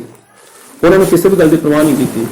ਉਹਨਾਂ ਨੇ ਇਹ ਗੱਲ ਦੀ ਪਰਵਾਹ ਨਹੀਂ ਕੀਤੀ ਕਿ ਮੈਨੂੰ ਆਪਣਾ ਸਵਰਗ ਛੱਡ ਕੇ ਇਸ ਧਰਤੀ ਉੱਪਰ ਜਾਣਾ ਪਏਗਾ, ਮੈਨੂੰ ਸੋਨੇ ਦੀ ਸੜਕਾਂ ਛੱਡ ਕੇ ਇਸ ਧਰਤੀ ਉੱਪਰ ਜਾਣਾ ਪਏਗਾ, ਲੋਕ ਮੈਨੂੰ ਮਾਰਨਗੇ, ਲੋਕ ਮੇਰੀ ਬੇਇੱਜ਼ਤੀ ਕਰਨਗੇ, ਲੋਕ ਮੈਨੂੰ ਜਾਨ ਤੋਂ ਮਾਰ ਦੇਣਗੇ। ਇਸ ਗੱਲ ਦੀ ਪਰਵਾਹ ਨਹੀਂ ਕੀਤੀ। ਪ੍ਰਭੂ ਯਿਸੂ ਮਸੀਹ ਨੇ ਦੇਖਿਆ ਕਿ ਮੇਰੇ ਲੋਕ ਨੇ ਸ਼ੈਤਾਨ ਦੇ ਗੁਲਾਮ ਨੇ ਪਾਪ ਦੇ ਗੁਲਾਮ ਨੇ, ਔਰ ਮੈਂ ਇਹਨਾਂ ਨੂੰ ਕੀ ਕਰਨਾਗਾ, ਮੈਂ ਇਹਨਾਂ ਨੂੰ ਆਜ਼ਾਦ ਕਰਨਾਗਾ। ਆਜ਼ਾਦ ਕਰਨ ਦੇ ਲਈ ਗੁਲਾਮ ਕਿਹਦੇ ਸੀ? ਸ਼ੈਤਾਨ ਦੇ। ਸ਼ੈਤਾਨ ਦੇ ਹੱਥਾਂ ਵਿੱਚ ਸੀਗੇ। ਸੌਦਾ ਹੋਇਆ ਕਿ ਮੈਂ ਆਪਣੀ ਜਾਨ ਦੇਣ ਦੇ ਲਈ ਤਿਆਰ ਹਾਂ। ਤੈਨੂੰ ਜਾਨ ਚਾਹੀਦੀ ਹੈ, ਤੈਨੂੰ ਲਹੂ ਚਾਹੀਦਾ, ਠੀਕ ਹੈ, ਮੇਰਾ ਪਵਿੱਤਰ ਲਹੂ ਹੈ, ਮੈਂ ਇਹਨਾਂ ਲੋਕਾਂ ਵਾਸਤੇ ਆਪਣਾ ਲਹੂ ਬਹਾ ਦਿਆਂਗਾ, ਮੈਂ ਇਹਨਾਂ ਲੋਕਾਂ ਵਾਸਤੇ ਆਪਣਾ ਲਹੂ ਬਹਾ ਦਿਆਂਗਾ। ਔਰ ਬਾਈਬਲ ਦੇ ਵਿੱਚ ਇਹੀ ਲਿਖਿਆਗਾ ਕਿ ਜੋ ਪਾਪ ਕਰਦਾਗਾ ਉਹ ਪਾਪ ਦਾ ਗੁਲਾਮ ਹੈ। ਜੋ ਵੀ ਪਾਪ ਕਰਦਾਗਾ ਉਹ ਪਾਪ ਦਾ ਗੁਲਾਮ ਹੈ। ਔਰ ਪੂਰੇ ਸੰਸਾਰ ਦੇ ਲੋਕ ਉਹ ਪਾਪ ਦੇ ਗੁਲਾਮ ਸੀਗੇ। ਔਰ ਪਰਮੇਸ਼ਵਰ ਬਾਪ ਦਾਦਿਆਂ ਦੀ ਬੁਰਾਈ ਉਹਨਾਂ ਦੇ ਬੱਚਿਆਂ ਦੇ ਉੱਪਰ ਤੀਜੀ ਚੌਥੀ ਪੀੜ੍ਹੀ ਤੱਕ ਪਾਉਣ ਦੀ ਸਾਮਰਥ ਰੱਖਦਾ ਪਰਮੇਸ਼ਵਰ। ਉਹਨਾਂ ਦਾ ਬਾਪ ਦਾਦਾ ਨੇ ਪਾਪ ਕੀਤਾਗਾ, ਉਹਨਾਂ ਦੇ ਬੱਚਿਆਂ ਉੱਪਰ, ਅੱਗੇ ਉਹਨਾਂ ਦੇ ਬੱਚਿਆਂ ਉੱਪਰ ਏਦਾਂ ਚੱਲਦਾ ਜਾਂਦਾ। ਲੇਕਿਨ ਅੱਜ ਜੋ ਆਪਾਂ ਵਚਨ ਪੜਿਆ, ਦੂਜਾ ਰਾਜਾ ਉਹਦਾ 4 ਅਧਿਆਇ, ਉਹਦਾ 1 ਤੋਂ ਲੈ ਕੇ ਪੜਿਆ ਸੀ ਆਪਾਂ ਨੇ 7 ਤੱਕ। ਉੱਥੇ ਇੱਕ ਇਸੇ ਤਰ੍ਹਾਂ ਗੱਲਬਾਤ ਹੋਈ ਕਿ ਇੱਕ ਉੱਥੇ ਔਰਤ ਸੀ, ਔਰ ਔਰਤ ਦਾ ਪਤੀ ਮਰ ਚੁੱਕਿਆ ਸੀ। ਪਤੀ ਮਰਨ ਤੋਂ ਬਾਅਦ ਉਹ ਜੋ ਇਨਸਾਨ ਸੀ ਉਹ ਕੀ ਕਰਨ ਵਾਲਾ ਸੀਗਾ? ਕਿਸ ਦਾ ਕਰਜ਼ਦਾਰ ਸੀਗਾ। ਸਾਰੇ ਬੋਲੋ ਹਾਲੇਲੂਇਆ, ਹਾਲੇਲੂਇਆ। ਉਹ ਕੀ ਸੀ? ਕਿਸ ਦਾ ਕਰਜ਼ਦਾਰ ਸੀ। ਲੇਕਿਨ ਹੁਣ ਉਹ ਇਨਸਾਨ ਤਾਂ ਹੈ ਨਹੀਂ, ਲੇਕਿਨ ਉਹਦਾ ਕਰਜ਼ਾ ਕਿਹਦੇ ਉੱਪਰ ਆ ਚੁੱਕਿਆ ਸੀਗਾ? ਉਸ ਔਰ ਇਨਸਾਨ ਦਾ ਕਰਜ਼ ਕਿਹਦੇ ਉੱਪਰ ਆ ਚੁੱਕਿਆ ਸੀਗਾ? ਉਹਦੇ ਬੱਚਿਆਂ ਦੇ ਉੱਪਰ, ਉਹਦੇ ਪਰਿਵਾਰ ਦੇ ਉੱਪਰ। ਔਰ ਕੀ ਲਿਖਿਆਗਾ? ਉਹ ਬੋਲਦੀ ਆਪਣੇ, ਪੜੋਗਾ 4 ਦੀ 1। ਨਬੀਆਂ ਦੇ ਪੁੱਤਰਾਂ ਦੀਆਂ ਤੀਵੀਆਂ ਵਿੱਚੋਂ ਇੱਕ ਜਣੀ ਨੇ ਅਲੀਸ਼ਾ ਅੱਗੇ ਦਾਅ ਦਿੱਤੀ, ਭਾਈ ਤੇਰਾ ਦਾਸ ਮੇਰਾ ਪਤੀ ਮਰ ਗਿਆ ਹੈ ਅਤੇ ਤੂੰ ਜਾਣਦਾ ਹੈ ਭਾਈ ਤੇਰਾ ਦਾਸ ਯਹੋਵਾ ਦਾ ਭੈ ਮੰਨਦਾ ਸੀ। ਹੁਣ ਲੈਣਦਾਰ ਮੇਰੇ 2 ਪੁੱਤਰਾਂ ਨੂੰ ਆਪਣੇ ਬਦਲੇ ਬਣਾਉਣ ਲਈ ਲੈਣ ਆਇਆ ਹੈ। ਹਾਂ, ਮਤਲਬ ਜਿਹੜੇ ਲੈਣਦਾਰ ਸੀਗੇ, ਜਿਨ੍ਹਾਂ ਲੋਕਾਂ ਨੇ ਕੁਝ ਲੈਣਾ ਸੀਗਾ ਮੇਰੇ ਪਤੀ ਦੇ ਕੋਲੋਂ, ਮੇਰਾ ਪਤੀ ਤਾਂ ਹੁਣ ਰਿਹਾ ਨਹੀਂ। ਹੁਣ ਜਿਹੜੇ ਲੈਣਦਾਰ ਨੇ, ਜਿਹੜੇ ਲੋਕ ਲੈਣਦਾਰ ਨੇ, ਉਹ ਕੀ ਕਰਨਗੇ? ਹੁਣ ਮੇਰੇ ਦੋਨੋਂ ਪੁੱਤਰਾਂ ਨੂੰ ਕੀ ਕਰਨਗੇ? ਆਪਣਾ ਗੁਲਾਮ ਬਣਾ ਲੈਣਗੇ, ਆਪਣੇ ਦਾਸ ਬਣਾ ਲੈਣਗੇ। ਕਿਉਂ? ਕਿਉਂਕਿ ਮੇਰਾ ਪਤੀ, ਉਹਨੇ ਕੁਝ ਉਹਨਾਂ ਦਾ ਕਰਜ਼ ਦੇਣਾ ਸੀਗਾ, ਉਹਨੇ ਉਹਨਾਂ ਦਾ ਕੁਝ ਦੇਣਾ ਸੀਗਾ। ਫਿਰ ਰੱਬ ਦੇ ਦਾਸ ਨੇ ਪੁੱਛਿਆ ਵੀ ਤੇਰੇ ਘਰ ਦੇ ਵਿੱਚ ਕੀ ਹੈ? ਉਹ ਕਹਿੰਦੀ ਮੇਰੇ ਘਰ ਦੇ ਵਿੱਚ ਤੇਲ ਹੈ। ਤੇ ਉਸਨੇ ਕਿਹਾ ਤੂੰ ਏਦਾਂ ਕਰ ਕਿ ਘਰ ਦੇ ਵਿੱਚ ਜਿੰਨੇ ਵੀ ਬਰਤਨ ਨੇ ਉਹ ਵੀ, ਔਰ ਜੋ ਤੇਰੇ ਆਂਢ ਗੁਆਂਢ ਦੇ ਵਿੱਚ ਨੇ ਉਹ ਸਾਰੇ ਬਰਤਨ ਇਕੱਠੇ ਕਰ। ਉਹ ਸਾਰੇ ਬਰਤਨ ਕੀ ਕਰ? ਇਕੱਠੇ ਕਰ। ਆਪਣੇ ਗੁਆਂਢੀਆਂ ਕੋਲੋਂ ਮੰਗ ਲਿਆ ਤੇ ਆਪਣੇ ਲਈ ਘਰ ਦਾ ਬੂਹਾ ਬੰਦ ਕਰ ਲਈ। ਫਿਰ ਕੀ ਹੈ? ਉਹੀ ਬਰਤਨ ਚੱਕੀ ਸਾਰਿਆਂ ਵਿੱਚ ਤੇਲ ਭਰਦੀ ਚਲੀ ਜਾਏ। ਉਹ ਪੂਰੇ ਬਰਤਨ ਭਰ ਜਾਣਗੇ ਤੇ ਉਹਨਾਂ ਕਰੀ ਕੀ? ਉਹ ਤੇਲ ਵੇਚ ਕੇ ਆਪਣਾ ਕਰਜ਼ ਭਰਦੀ ਤੇ ਬਾਕੀ ਨਾਲ ਤੁਸੀਂ ਆਪਣਾ ਗੁਜ਼ਾਰਾ ਕਰਿਓ। ਸਾਰੇ ਬੋਲੋ ਹਾਲੇਲੂਇਆ, ਹਾਲੇਲੂਇਆ। ਪਰ ਉਹਨੇ ਇਸ ਤਰ੍ਹਾਂ ਕੀਤਾ, ਉਹਨੇ ਇਸੇ ਤਰ੍ਹਾਂ ਕੀਤਾ। ਕਰਨ ਤੋਂ ਬਾਅਦ ਕੀ ਹੋਇਆ ਕਿ ਉਸਦਾ ਜੋ ਗੁਜ਼ਾਰਾ ਸੀਗਾ ਉਹ ਚੱਲਦਾ ਰਿਹਾ। ਮਤਲਬ ਸਾਰੇ ਬਰਤਨ ਇਕੱਠੇ ਕੀਤੇ ਔਰ ਬਰਤਨ ਇਕੱਠੇ ਕਰਨ ਤੋਂ ਬਾਅਦ ਉਹਨੇ ਤੇਲ ਪਾਉਣਾ ਸ਼ੁਰੂ ਕੀਤਾ। ਜਦੋਂ ਉਸਨੇ ਪੁੱਛਿਆ ਲਾਸਟ ਦੇ ਵਿੱਚ ਆਪਣੇ ਬੱਚਿਆਂ ਨੂੰ ਕਿ ਕੋਈ ਹੋਰ ਬਰਤਨ, ਉਹ ਕਹਿੰਦੇ ਬਰਤਨ ਹੈ ਨਹੀਂ, ਤੇ ਤੇਲ ਉਸੇ ਘੜੀ ਬੰਦ ਹੋ ਗਿਆ। ਔਰ ਸਹੀ ਵਿੱਚ ਇਹ ਇੱਕ ਸਰੀਰਕ ਗੱਲ ਹੈ। ਜੇ ਆਪਾਂ ਦੇਖੀਏ ਤਾਂ ਇਹ ਗੱਲ ਇੱਕ ਹੋ ਚੁੱਕੀ ਹੈ, ਕਿਉਂ ਬਾਈਬਲ ਵਿੱਚ ਲਿਖੀ ਹੈ। ਲੇਕਿਨ ਉਹ ਤੇਲ ਕੀ ਹੈ? ਉਹ ਬਰਤਨ ਕੀ ਨੇ? ਔਰ ਬਾਈਬਲ ਵਿੱਚ ਲਿਖਿਆ ਗਿਆ, ਆਪਾਂ ਪੜਾਂਗੇ 2 ਕੋਰਿੰਥੀਆਂ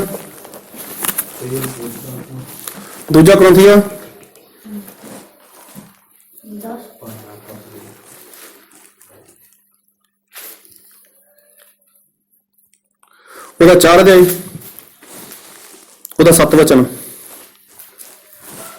ਪਰ ਇਹ ਖਜ਼ਾਨਾ ਸਾਡੀ ਕੋਲ ਮਿੱਟੀ ਦੇ ਭਾਂਡਿਆਂ ਵਿੱਚ ਹੈ। ਸਾਰੇ ਬੋਲੋ ਹਾਲੇਲੂਇਆ। ਮਿੱਟੀ ਦੇ ਭਾਂਡੇ, ਮਤਲਬ ਇਨਸਾਨ ਮਿੱਟੀ ਤੋਂ ਬਣਿਆਗਾ, ਔਰ ਖਜ਼ਾਨਾ ਉਹ ਪਰਮੇਸ਼ਵਰ ਦਾ ਆਤਮਾ ਗਾ, ਔਰ ਭਾਂਡਾ ਉਹ ਅਸੀਂ ਲੋਕ ਆ, ਇਹ ਸੰਸਾਰ ਦੇ ਲੋਕ ਨੇ। ਔਰ ਪਰਮੇਸ਼ਵਰ ਕੀ ਕਹਿੰਦਾ ਗਾ ਕਿ ਤੁਸੀਂ ਜੋ ਬਰਤਨ ਹੈ ਉਸਨੂੰ ਭਰ ਲਓ। ਕਿਹਦੇ ਨਾਲ? ਤੇਲ ਦੇ ਨਾਲ ਭਰ ਲਓ। ਔਰ ਤੇਲ ਕੀ ਹੈ? ਤੇਲ ਕੁਝ ਹੋਰ ਨਹੀਂ, ਤੇਲ ਦਾ ਪਵਿੱਤਰ ਆਤਮਾ ਗਾ। ਤੇਲ ਕੀ ਹੈ? ਤੇਲ ਇੱਕ ਪਵਿੱਤਰ ਆਤਮਾ ਗਾ। ਔਰ ਇਨਸਾਨ ਜਦੋਂ ਵਿਸ਼ਵਾਸ ਕਰਕੇ ਤੋਬਾ ਕਰਕੇ ਜਦੋਂ ਬਪਤਿਸਮਾ ਲੈਂਦਾ ਹੈਗਾ ਇਨਸਾਨ ਦੇ ਪਾਪ ਮਿਟਾਏ ਜਾਂਦੇ ਨੇ, ਬਾਈਬਲ ਦੇ ਵਿੱਚ ਲਿਖਿਆ ਹੈਗਾ। ਔਰ ਪਾਪ ਮਿਟ ਗਏ, ਉਸ ਦੇ ਲਈ ਕੀ ਸਬੂਤ ਹੈ? ਆਪਾਂ ਦੇਖਾਂਗੇ ਅਫਸੀਆਂ 1 ਅਧਿਆਇ ਉਹਦਾ 13-14।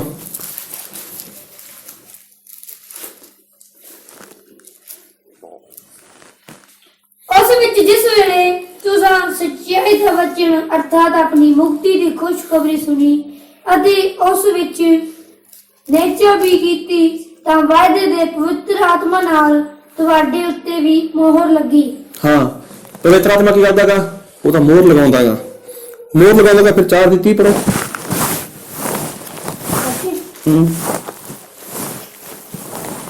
ਅਤੇ ਪਰਮੇਸ਼ਵਰ ਦੇ ਪਵਿੱਤਰ ਆਤਮਾ ਨੂੰ ਜਿਹਦੇ ਨਾਲ ਨਿਸਤਾਰੇ ਦੇ ਦਿਨ ਤੱਕ ਤੁਹਾਡੇ ਉੱਤੇ ਮੋਹਰ ਲੱਗੀ ਹੋਈ ਹੈ। ਹਾਂ, ਮੋਹਰ ਲੱਗੀ ਹੋਈ ਹੈ। ਪਵਿੱਤਰ ਆਤਮਾ ਕੀ ਕਰਦਾ ਹੈਗਾ? ਮੋਹਰ ਲਗਾਉਂਦਾ ਹੈਗਾ।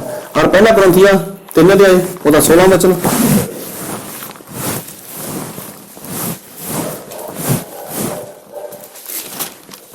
ਕੀ ਤੁਸੀਂ ਇਹ ਨਹੀਂ ਜਾਣਦੇ ਜੋ ਤੁਸੀਂ ਪਰਮੇਸ਼ਵਰ ਦੀ ਹੈਕਲ ਹੋ ਅਤੇ ਪਰਮੇਸ਼ਵਰ ਦਾ ਆਤਮਾ ਤੁਹਾਡੇ ਵਿੱਚ ਵਸਦਾ ਹੈ?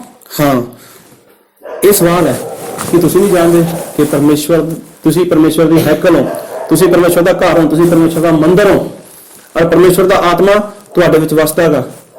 ਫਿਰ ਅੱਗੇ ਲਿਖਿਆ ਹੈਗਾ ਕਿ ਜੋ ਕੋਈ ਪਰਮੇਸ਼ਵਰ ਦੀ ਹੈਕਲ ਦਾ ਨਾਸ਼ ਕਰਦਾ ਹੈਗਾ, ਪਰਮੇਸ਼ਵਰ ਉਹਦਾ ਨਾਸ਼ ਕਰੇਗਾ, ਕਿਉਂਕਿ ਪਰਮੇਸ਼ਵਰ ਦੀ ਹੈਕਲ ਪਵਿੱਤਰ ਹੈ ਅਤੇ ਇਹੋ ਤੁਸੀਂ ਹੋ। ਮਤਲਬ ਕਿ ਇਨਸਾਨ ਦਾ ਜੋ ਸਰੀਰ ਹੈ ਇਹ ਇੱਕ ਕੀ ਹੈ? ਇੱਕ ਬਰਤਨ ਹੈ, ਇੱਕ ਮਿੱਟੀ ਦਾ ਭਾਂਡਾ ਹੈ। ਔਰ ਪਰਮੇਸ਼ਵਰ ਦਾ ਜੋ ਖਜ਼ਾਨਾ ਹੈਗਾ, ਮਤਲਬ ਜੋ ਪਵਿੱਤਰ ਆਤਮਾ ਦਾ ਉਸ ਦੇ ਵਿੱਚ ਆਉਣਾ ਚਾਹੁੰਦਾ ਹੈਗਾ। ਅਨੀਸ਼ਾ ਨੇ ਕੀ ਕਿਹਾ ਕਿ ਜਿੰਨੇ ਤੇਰੇ ਘਰ ਦੇ ਵਿੱਚ ਨੇ ਔਰ ਜਿੰਨੇ ਤੇਰੇ ਆਂਢ ਗੁਆਂਢ ਦੇ ਵਿੱਚ ਨੇ ਉਹ ਸਾਰੇ ਬਰਤਨ ਇਕੱਠੇ ਕਰ ਲੈ। ਫਿਰ ਕੀ ਹੈ? ਤੂੰ ਇਹਦੇ ਵਿੱਚ ਤੇਲ ਪਾ। ਤੇਲ ਮਤਲਬ ਪਵਿੱਤਰ ਆਤਮਾ। ਤੇਲ ਮਤਲਬ ਪਵਿੱਤਰ ਆਤਮਾ। ਆਪਾਂ ਪੜਾਂਗੇ ਪ੍ਰਕਾਸ਼ ਦੀ ਪੋਥੀ ਉਹਦਾ 7 ਅਧਿਆਇ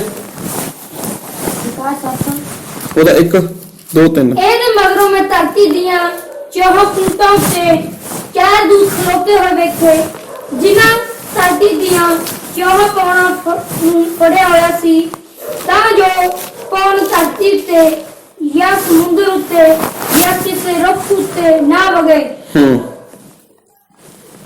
ਹਾਂ, ਤੁਮ ਤੱਕ ਪੜ੍ਹਨੀ। ਅਤੇ ਮੈਂ ਇੱਕ ਹੋਰ ਦੂਤ ਨੂੰ ਜਿਹਦੇ ਕੋਲ ਅਕਾਲ ਪੁਰਖ ਦੀ ਮੋਹਰ ਸੀ ਚੜ੍ਹਦੇ ਪਾਸਿਓਂ ਉੱਠਦਾ ਵੇਖਿਆ ਤੇ ਉਸ ਨੇ ਉਹਨਾਂ 4 ਦੂਤਾਂ ਨੂੰ, ਜਿਨ੍ਹਾਂ ਨੂੰ ਇਹ ਦਿੱਤਾ ਗਿਆ ਸੀ ਭਈ ਧਰਤੀ ਅਤੇ ਸਮੁੰਦਰ ਦਾ ਵਿਗਾੜ ਕਰਨ, ਵੱਡੀ ਆਵਾਜ਼ ਨਾਲ ਪੁਕਾਰ ਕੇ ਆਖਿਆ, ਜਿੰਨਾ ਚਿਰ ਅਸੀਂ ਆਪਣੇ ਪਰਮੇਸ਼ਵਰ ਦੇ ਦਾਸਾਂ ਦੇ ਮੱਥੇ ਉੱਤੇ ਮੋਹਰ ਨਾ ਲਾਈਏ, ਤੁਸੀਂ ਧਰਤੀ ਜਾਂ ਸਮੁੰਦਰ ਜਾਂ ਰੁੱਖਾਂ ਦਾ ਵਿਗਾੜ ਨਾ ਕਰੋ। ਹਾਂ, ਸਾਰੇ ਬੋਲੋ ਹਾਲੇਲੂਇਆ। ਇੱਥੇ ਪਵਿੱਤਰ ਆਤਮਾ ਦਾ ਲਿਖਿਆ ਗਿਆ ਹੈ ਕਿ ਪਵਿੱਤਰ ਆਤਮਾ ਕੁਝ ਸਮਾਂਗਾ ਜੋ ਸ਼ੈਤਾਨ ਦੇ ਦੂਤ ਨੇ, ਜੋ 4 ਦੂਤ ਉਹ ਸ਼ੈਤਾਨ ਦੇ ਦੂਤ ਨੇ, ਉਹ ਧਰਤੀ ਦਾ ਕੋਈ ਨਾ ਕੋਈ ਨੁਕਸਾਨ ਕਰਨ ਵਾਲੇ ਨੇ, ਕੋਈ ਇਸ ਧਰਤੀ ਦੇ ਉੱਪਰ ਜੋ ਕੁਝ ਵੀ ਹੈ ਉਹ ਨਾਸ਼ ਕਰਨ ਵਾਲੇ ਨੇ। ਲੇਕਿਨ ਇਸ ਨੂੰ ਕਿਸੇ ਨੇ ਰੋਕਿਆ ਹੈ ਕਿ ਰੁਕ ਜਾ, ਜਿੰਨਾ ਚਿਰ ਅਸੀਂ ਪਰਮੇਸ਼ਵਰ ਦੇ ਲੋਕਾਂ ਦੇ ਉੱਪਰ ਮੋਹਰ ਨਹੀਂ ਲਾ ਦਿੰਦੇ।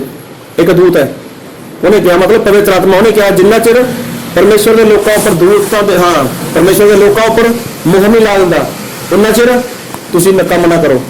ਇਹਦਾ ਮਤਲਬ ਕਿ ਉਹਨਾਂ ਨੂੰ ਕਿਸੇ ਨੇ ਰੋਕਿਆ ਹੋਇਆ ਹੈ। ਅਗਰ ਆਪਾਂ ਦੇਖਦੇ ਹਾਂ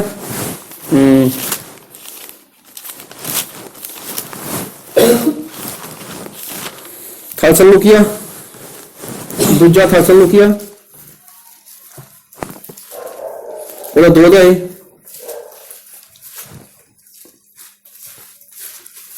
ਉਹਦਾ 6 ਵਚਨ।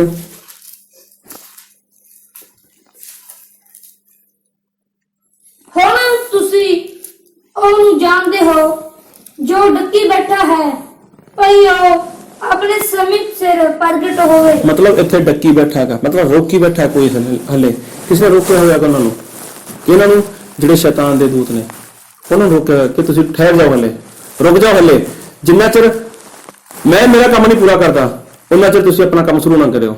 ਇਹਦਾ ਮਤਲਬ ਕਿ ਪਵਿੱਤਰ ਆਤਮਾ ਦਾ ਕੰਮ ਕੀ ਹੈ? ਉਹ ਹਲੇ ਚੱਲ ਰਿਹਾ ਹੈਗਾ। ਪਵਿੱਤਰ ਆਤਮਾ ਦਾ ਕੰਮ ਕੀ ਹੈ? ਉਹ ਅਜੇ ਚੱਲ ਰਿਹਾ ਹੈਗਾ। ਪਵਿੱਤਰ ਆਤਮਾ ਹਲੇ ਕੀ ਹੈ? ਮੋਹਰ ਲਗਾ ਰਹੇ ਨੇ। ਪਵਿੱਤਰ ਆਤਮਾ ਅਜੇ ਮੋਹਰ ਲਗਾ ਰਹੇ ਨੇ, ਅੱਜ ਵੀ ਮੋਹਰ ਲਾ ਰਹੇ ਨੇ। ਲੇਕਿਨ ਪਵਿੱਤਰ ਆਤਮਾ ਦਾ ਕੰਮ ਕਦ ਬੰਦ ਹੋ ਜਾਏ? ਲਿਖਿਆ ਉੱਥੇ ਬਾਈਬਲ ਦੇ ਵਿੱਚ ਕਿ ਜਦ ਉਸ ਔਰਤ ਨੇ ਆਪਣੇ ਬੱਚਿਆਂ ਨੂੰ ਕਿਹਾ ਕੋਈ ਹੋਰ ਭਾਂਡਾ ਮੇਰੇ ਲਈ ਲੈ ਕੇ ਆਓ, ਉਹ ਕਹਿੰਦੇ ਹੁਣ ਤਾਂ ਕੋਈ ਹੈ ਹੀ ਨਹੀਂ, ਹੁਣ ਤਾਂ ਕੋਈ ਭਾਂਡਾ ਹੈ ਹੀ ਨਹੀਂ, ਤੇ ਤੇਲ ਉਸੇ ਘੜੀ ਬੰਦ ਹੋ ਗਿਆ। ਅਗਰ ਬਾਈਬਲ ਵਿੱਚ ਨਹੀਂ ਲਿਖਿਆ ਕਿ ਪਵਿੱਤਰ ਆਤਮਾ ਨੇ ਕਿੰਨੇ ਲੋਕਾਂ ਨੂੰ ਮੋਹਰ ਕਰਨੀ ਹੈ, ਕਿੰਨੇ ਲੋਕਾਂ ਦੇ ਉੱਪਰ ਮੋਹਰ ਲਗਾਣੀ ਹੈ, ਨਹੀਂ ਲਿਖਿਆ। ਲੇਕਿਨ ਬਾਈਬਲ ਦੇ ਵਿੱਚ ਜੋ ਲਿਖਿਆਗਾ ਕਿ ਪਵਿੱਤਰ ਆਤਮਾ ਨੇ ਉਸ ਦੂਤਾਂ ਨੂੰ ਰੋਕਿਆਗਾ ਕਿ ਤੁਸੀਂ ਠਹਿਰ ਜਾਓ, ਹਲੇ ਮੇਰਾ ਕੰਮ ਬਾਕੀ ਹੈ, ਹਲੇ ਮੇਰਾ ਕੰਮ ਬਾਕੀ ਹੈ। ਮਤਲਬ ਉਹਦਾ ਕੁਝ ਕੰਮ ਹੈ। ਅਗਰ ਉਹਦਾ ਕੰਮ ਪੂਰਾ ਹੋ ਗਿਆ ਤੇ ਪਵਿੱਤਰ ਆਤਮਾ ਕਹੇਗਾ ਕਿ ਮੇਰਾ ਕੰਮ ਹੁਣ ਬੰਦ ਹੈ, ਹੁਣ ਤੁਸੀਂ ਆਪਣਾ ਕੰਮ ਸ਼ੁਰੂ ਕਰੋ, ਹੁਣ ਤੁਸੀਂ ਆਪਣਾ ਕੰਮ ਸ਼ੁਰੂ ਕਰੋ। ਕਹਿਣ ਦਾ ਭਾਵ ਜਦੋਂ ਔਰਤ ਨੇ ਕਿਹਾ ਆਪਣੇ ਬੱਚਿਆਂ ਨੂੰ ਕਿ ਮੇਰੇ ਲਈ ਭਾਂਡਾ ਲੈ ਕੇ ਆਓ, ਉਹ ਲੋਕ ਕਹਿੰਦੇ ਭਾਂਡਾ ਹੈ ਹੀ ਨਹੀਂ ਹੁਣ, ਫਿਰ ਤੇਲ ਉਸੇ ਘੜੀ ਬੰਦ ਹੋ ਗਿਆ। ਮਤਲਬ ਜੋ ਪਵਿੱਤਰ ਆਤਮਾ ਦਾ, ਜਦੋਂ ਪਵਿੱਤਰ ਆਤਮਾ ਨੇ ਦੇਖਿਆ ਕਿ ਹੁਣ ਧਰਤੀ ਉੱਪਰ ਕੋਈ ਹੈ ਹੀ ਨਹੀਂ ਕਿ ਜਿਹਨੂੰ ਮੈਂ ਮੋਹਰ ਕਰਾਂ, ਉਸ ਤੋਂ ਬਾਅਦ ਕੀ ਹੈ, ਪਵਿੱਤਰ ਆਤਮਾ ਆਪਣਾ ਕੰਮ ਬੰਦ ਕਰੇਗਾ। ਉਸ ਤੋਂ ਬਾਅਦ ਪਵਿੱਤਰ ਆਤਮਾ ਵਾਪਸ ਸਵਰਗ ਵਿੱਚ ਚਲਾ ਜਾਏਗਾ। ਸਾਰੇ ਬੋਲੋ ਹਾਲੇਲੂਇਆ। स्वर्ग में चला जाएगा पवित्र आत्मा। तो उसके बाद फिर क्या होगा, फिर धरती पर बिगाड़ होएगा, फिर और अठुए आ जाएंगे जो डंग मारेंगे। कितना चਿਰ तकलीफ रहेगी? 6 महीने कितना चਿਰ? 5 महीने तक दुख रहेगा, बड़ी पीड़ा रहेगी। उन्हें भी नहीं पता कि एक दिन एक घंटे कितने डंग मार देना, लेकिन ਉਹਦੀ ਜੋ ਪੀੜ ਹੈ, ਜੋ ਉਹਦਾ ਦਰਦ ਹੈ, ਉਹ ਸਹਿਣ ਦੇ ਵਿੱਚੋਂ ਬਾਹਰ ਹੋ ਜਾਊਗਾ। ਉਹ ਦਿਨਾਂ ਦੇ ਵਿੱਚ ਲੋਕ ਮੌਤ ਨੂੰ ਭਾ ਲੈਣਗੇ। ਕਈ ਲੋਕ ਬਿਜਲੀ ਦੇ ਤਾਰਾਂ ਫੜ ਲੈਣਗੇ, ਕਈ ਲੋਕ ਹੋ ਸਕਦਾ ਜ਼ਹਿਰ ਪੀਣ, ਕਈ ਲੋਕ ਹੋ ਸਕੇ ਡੁੱਬਣ ਦੀ ਕੋਸ਼ਿਸ਼ ਕਰਨ, ਹੋ ਸਕੇ ਪਹਾੜਾਂ ਨੂੰ ਕਹਿਣ ਕਿ ਸਾਡੇ ਉੱਪਰ ਡੁੱਬ ਜਾਓ। ਲੇਕਿਨ ਮੌਤ ਕੀ ਹੋਊਗੀ, ਉਹਨਾਂ ਕੋਲੋਂ ਦੂਰ ਚਲੀ ਜਾਏਗੀ। ਕਿਉਂ? ਕਿਉਂਕਿ ਉਸ ਘੜੀ ਪਵਿੱਤਰ ਆਤਮਾ ਦਾ ਕੰਮ ਉਹ ਬੰਦ ਹੋ ਚੁੱਕਿਆ ਹੋਵੇਗਾ। ਉਸ ਘੜੀ ਪਵਿੱਤਰ ਆਤਮਾ ਦਾ ਕੰਮ ਬੰਦ ਹੋ ਚੁੱਕਿਆ ਹੋਵੇਗਾ। ਫਿਰ ਇਨਸਾਨ ਨੂੰ ਮਰਨ ਦੇ ਲਈ ਕੋਈ ਜਗ੍ਹਾ ਨਹੀਂ ਮਿਲੇਗੀ। ਅੱਜ ਤਾਂ ਬੜੀ ਆਸਾਨੀ ਨਾਲ ਇਨਸਾਨ ਮੌਤ ਲੈ ਸਕਦਾ ਹੈਗਾ, ਕੋਈ ਡੁੱਬ ਸਕਦਾ ਹੈਗਾ, ਕੋਈ ਐਕਸੀਡੈਂਟ ਵਿੱਚ ਕਰਵਾ ਸਕਦਾ ਹੈ, ਕੋਈ ਗੱਡੀ ਥੱਲੇ ਆ ਸਕਦਾ, ਕਿਸੇ ਵੀ ਤਰ੍ਹਾਂ ਇਨਸਾਨ ਮਰ ਸਕਦਾ ਹੈਗਾ। ਲੇਕਿਨ ਉਹ ਦਿਨਾਂ ਦੇ ਵਿੱਚ ਜਦ ਪਵਿੱਤਰ ਆਤਮਾ ਆਪਣਾ ਕੰਮ ਬੰਦ ਕਰੇਗਾ, ਫਿਰ ਲੋਕ ਮੌਤ ਨੂੰ ਲੱਭਣਗੇ, ਫਿਰ ਕਿਸੇ ਨੂੰ ਮੌਤ ਨਹੀਂ ਲੱਭਣੀ। ਕਿਉਂ? ਕਿਉਂਕਿ ਉਸੇ ਘੜੀ ਪਵਿੱਤਰ ਆਤਮਾ ਦਾ ਕੰਮ ਬੰਦ ਹੋਵੇਗਾ। ਔਰ ਫਿਰ ਉਹ ਜਿਹੜਾ ਸਮਾਂ ਹੈਗਾ ਉਹ ਸਿਰਫ ਔਰ ਸਿਰਫ ਕਿਹਦੇ ਲਵੇ ਹੋਗਾ? ਉਹ ਸ਼ੈਤਾਨ ਦੇ ਲਵੇ ਸਮਾਂ ਹੋਏਗਾ। ਔਰ ਸ਼ੈਤਾਨ ਪੂਰੇ ਜ਼ੋਰ ਨਾਲ, ਪੂਰੀ ਤਾਕਤ ਨਾਲ, ਪੂਰੀ ਸਮਰੱਥਾ ਨਾਲ ਉਸ ਵੇਲੇ ਕੰਮ ਕਰੇਗਾ। ਲੇਕਿਨ ਅੱਜ ਕੀ ਹੈ? ਅੱਜ ਜੋ ਸਾਡੇ ਸਰੀਰ ਨੇ, ਜੋ ਮਿੱਟੀ ਦੇ ਬਰਤਨ ਨੇ, ਇਹਨਾਂ ਨੂੰ ਅਸੀਂ ਤੇਲ ਨਾਲ ਭਰ ਸਕਦੇ ਹਾਂ। ਅੱਜ ਤਾਂ ਤੇਲ ਮਿਲਦਾ ਹੈ ਇਨਸਾਨ ਨੂੰ ਕਿ ਤੇਲ ਲੈ ਲਓ, ਤੇਲ ਕਰਾ ਲਓ। ਸਾਰੇ ਬੋਲੋ ਹਾਲੇਲੂਇਆ, ਹਾਲੇਲੂਇਆ। ਅੱਜ ਤਾਂ ਤੇਲ ਮਿਲ ਸਕਦਾ ਇਨਸਾਨ ਨੂੰ। ਅੱਜ ਇਨਸਾਨ ਨੂੰ ਬੜੀ ਆਸਾਨੀ ਨਾਲ ਤੇਲ ਮਿਲ ਰਿਹਾ ਹੈਗਾ। ਔਰ ਤੇਲ ਦੇ ਨਾਲ ਕੋਈ ਹੋਰ ਨਹੀਂ। ਤੇਲ ਦਾ ਮਤਲਬ ਹੀ ਪਵਿੱਤਰ ਆਤਮਾ ਦਾ। ਤੇਲ ਦਾ ਮਤਲਬ ਕੀ ਹੈ? ਉਹੀ ਪਵਿੱਤਰ ਆਤਮਾ ਦਾ। ਕਿਉਂਕਿ ਜਦ ਅਲੀਸ਼ਾ ਨੇ ਕਿਹਾ ਕਿ ਤੇਰੇ ਘਰ ਦੇ ਵਿੱਚ ਕੀ ਹੈ, ਉਹ ਕਹਿੰਦੀ ਮੇਰੇ ਘਰ ਵਿੱਚ ਥੋੜਾ ਜਿਹਾ ਤੇਲ ਹੈ। ਅਲੀਸ਼ਾ ਨੇ ਕਿਹਾ ਕਿੱਦਾਂ ਕਰ, ਜਿਹੜੇ ਤੇਰੇ ਆਲੇ ਦੁਆਲੇ ਦੇ ਵਿੱਚ ਲੋਕ ਨੇ ਉਹਨਾਂ ਦੇ ਕੋਲ ਜਾ ਕੇ ਬਰਤਨ ਲੈ ਕੇ ਆ। ਔਰ ਬਰਤਨ ਕੀ ਹੈ? ਬਰਤਨ ਕੁਝ ਹੋਰ ਨਹੀਂ ਹੈ, ਬਰਤਨ ਇਨਸਾਨ ਦਾ ਸਰੀਰ ਹੈ। ਕਹਿਣ ਦਾ ਭਾਵ ਕਿ ਜੋ ਸਾਡਾ ਸਰੀਰ ਹੈ ਇਹ ਪਵਿੱਤਰ ਆਤਮਾ ਦੀ ਹੈਕਲ ਹੈ, ਇਹ ਪਰਮੇਸ਼ਵਰ ਦਾ ਮੰਦਿਰ ਹੈ। ਲੇਕਿਨ ਸਾਰੇ ਘਰ, ਸਾਰੇ ਸਰੀਰ ਪਰਮੇਸ਼ਵਰ ਦੇ ਮੰਦਿਰ ਥੋੜੀ ਨੇ, ਸਾਰੇ ਸਰੀਰ ਪਰਮੇਸ਼ਵਰ ਦੀ ਹੈਕਲ ਥੋੜੀ ਨੇ। ਉੱਥੇ ਇੱਕ ਸਵਾਲ ਹੈ, ਕੀ ਤੁਸੀਂ ਨਹੀਂ ਜਾਣਦੇ ਕਿ ਤੁਹਾਡਾ ਸਰੀਰ ਪਵਿੱਤਰ ਆਤਮਾ ਦੀ ਹੈਕਲ ਹੈ, ਪਵਿੱਤਰ ਆਤਮਾ ਦਾ ਮੰਦਿਰ ਹੈ, ਪਰਮੇਸ਼ਵਰ ਦੀ ਹੈਕਲ ਹੈ? ਕੀ ਤੁਸੀਂ ਨਹੀਂ ਜਾਣਦੇ? ਮਤਲਬ ਸਵਾਲ ਹੈ। ਅੱਜ ਹਰ ਇੱਕ ਇਨਸਾਨ ਦੇ ਅੰਦਰ ਪਵਿੱਤਰ ਆਤਮਾ ਨਹੀਂ ਹੈ, ਲੇਕਿਨ ਹੈ ਤਾਂ ਸਰੀਰ ਦੇ ਵਾਸਤੇ। ਜੋ ਸਰੀਰ ਹੈ ਇਹ ਪਰਮੇਸ਼ਵਰ ਵਾਸਤੇ ਹੀ ਹੈ, ਇਹ ਪਵਿੱਤਰ ਆਤਮਾ ਵਾਸਤੇ ਹੀ ਹੈ। ਲੇਕਿਨ ਉਹਦੇ ਅੰਦਰ ਤੇਲ ਹੀ ਨਹੀਂ ਹੈ, ਉਹਦੇ ਅੰਦਰ ਪਵਿੱਤਰ ਆਤਮਾ ਨਹੀਂ ਹੈ। ਔਰ ਪਰਮੇਸ਼ਵਰ ਨੇ ਆਪਣਾ ਵਚਨ, ਆਪਣਾ ਖਜ਼ਾਨਾ ਕਿੱਥੇ ਰੱਖਿਆਗਾ? ਉਹ ਤਾਂ ਮਿੱਟੀ ਦੇ ਭਾਂਡਿਆਂ ਵਿੱਚ ਰੱਖਦੇ ਨੇ। ਲੋਕ ਆਪਣਾ ਮਤਲਬ ਕੀਮਤੀ ਸਮਾਨ ਕਿੱਥੇ ਰੱਖਦੇ ਨੇ? ਕੋਈ ਬੈਂਕ ਦੇ ਵਿੱਚ, ਕੋਈ ਲੋਕਰ ਦੇ ਵਿੱਚ, ਕੋਈ ਅਲਮਾਰੀ ਦੇ ਵਿੱਚ, ਕੋਈ ਕਿਤੇ ਰੱਖਦਾਗਾ। ਲੇਕਿਨ ਸਾਡੇ ਪਰਮੇਸ਼ਵਰ ਕਿੱਥੇ ਰੱਖਦੇ ਨੇ? ਆਪਣਾ ਕੀਮਤੀ ਖਜ਼ਾਨਾ ਉਹ ਤਾਂ ਮਿੱਟੀ ਦੇ ਭਾਂਡਿਆਂ ਵਿੱਚ ਰੱਖਦੇ ਨੇ। ਔਰ ਇਨਸਾਨ ਕਿੱਥੋਂ ਬਣਾਇਆ ਗਿਆ? ਉਹ ਤਾਂ ਮਿੱਟੀ ਤੋਂ ਬਣਾਇਆ ਗਿਆ। ਔਰ ਜਿੱਦਾਂ ਆਪਾਂ ਦੇਖਿਆ ਕਿ ਉਸ ਔਰਤ ਨੇ ਕਿਹਾ ਕਿ ਮੇਰਾ ਪਤੀ ਕੀ ਸੀ? ਕਿਸੇ ਦਾ ਕਰਜ਼ਦਾਰ ਸੀਗਾ। ਔਰ ਉਹ ਲੋਕ ਜੋ ਕਰਜ਼ ਲੈਣ ਵਾਲੇ ਸੀਗੇ ਮੇਰੇ ਬੱਚਿਆਂ ਨੂੰ ਕੀ ਬਣਾ ਰਹੇ ਨੇ? ਆਪਣਾ ਗੁਲਾਮ ਬਣਾ ਰਹੇ ਨੇ। ਪ੍ਰਭੂ ਯਿਸੂ ਮਸੀਹ ਮਤਲਬ ਸੰਸਾਰ ਦੇ ਵਿੱਚ ਇਸੇ ਲਈ ਆਏ ਕਿ ਅਸੀਂ ਜੋ ਸ਼ੈਤਾਨ ਦੇ ਗੁਲਾਮ ਸੀਗੇ, ਇਨਸਾਨ ਜੋ ਸ਼ੈਤਾਨ ਦਾ ਗੁਲਾਮ ਸੀਗਾ, ਸ਼ੈਤਾਨ ਦੀ ਗੁਲਾਮੀ ਦੇ ਵਿੱਚੋਂ ਬਾਹਰ ਕੱਢੇ। ਲੇਕਿਨ ਪਤਾ ਕਦੋਂ ਲੱਗੂ ਕਿ ਇਨਸਾਨ ਸ਼ੈਤਾਨ ਦੀ ਗੁਲਾਮੀ ਦੇ ਵਿੱਚੋਂ ਬਾਹਰ ਆ ਚੁੱਕਿਆ ਹੈਗਾ? ਪਤਾ ਪਤਾ ਕਦੋਂ ਲੱਗਦਾ ਇਨਸਾਨ ਨੂੰ ਕਿ ਸ਼ੈਤਾਨ ਦੀ ਗੁਲਾਮੀ ਦੇ ਵਿੱਚੋਂ ਬਾਹਰ ਆ ਚੁੱਕਿਆ ਹੈਗਾ ਔਰ ਪਰਮੇਸ਼ਵਰ ਦਾ ਬਣ ਚੁੱਕਿਆ ਹੈਗਾ। ਬਾਈਬਲ ਦੇ ਵਿੱਚ ਲਿਖਿਆ ਹੈਗਾ ਕਿ ਪਵਿੱਤਰ ਆਤਮਾ ਕੀ ਹੈ ਕਿ ਇਨਸਾਨ ਦੇ ਲਈ ਮੋਹਰ ਹੈ। ਔਰ ਹੋਰ ਕੀ ਹੈ ਆਪਾਂ ਦੇਖਾਂਗੇ ਕੁਰਿੰਥੀਆਂ ਹੈ ਬਿਆਨਾ। ਹਾਂ ਆਪਾਂ ਦੇਖਾਂਗੇ ਦੂਜਾ ਕੁਰਿੰਥੀਆਂ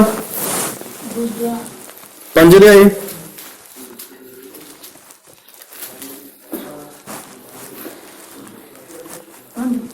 ਦੇ 5 ਅਤੇ ਜਿਹਨੇ ਸਾਨੂੰ ਇਸ ਗੱਲ ਲਈ ਤਿਆਰ ਕੀਤਾ ਸੋ ਪਰਮੇਸ਼ਵਰ ਹੈ ਜਿਹਨੇ ਸਾਨੂੰ ਆਤਮਾ ਦੀ ਸਾਈ ਦਿੱਤੀ। ਆਤਮਾ ਦੀ ਕੀ ਦਿੱਤੀ ਹੈ? ਸਾਈ ਦਿੱਤੀ ਹੈ। ਸਾਈ ਮਤਲਬ ਇੱਕ ਬਿਆਨਾ। ਆਤਮਾ ਦੀ ਮਤਲਬ ਪਵਿੱਤਰ ਆਤਮਾ ਦੀ ਕੀ ਦਿੱਤੀ ਹੈ? ਸਾਈ ਦਿੱਤੀ ਹੈ। ਪਰਮੇਸ਼ਵਰ ਨੇ ਸਾਡਾ ਮੁੱਲ ਭਰ ਦਿੱਤਾ। ਮੁੱਲ ਕੀ ਭਰਿਆ?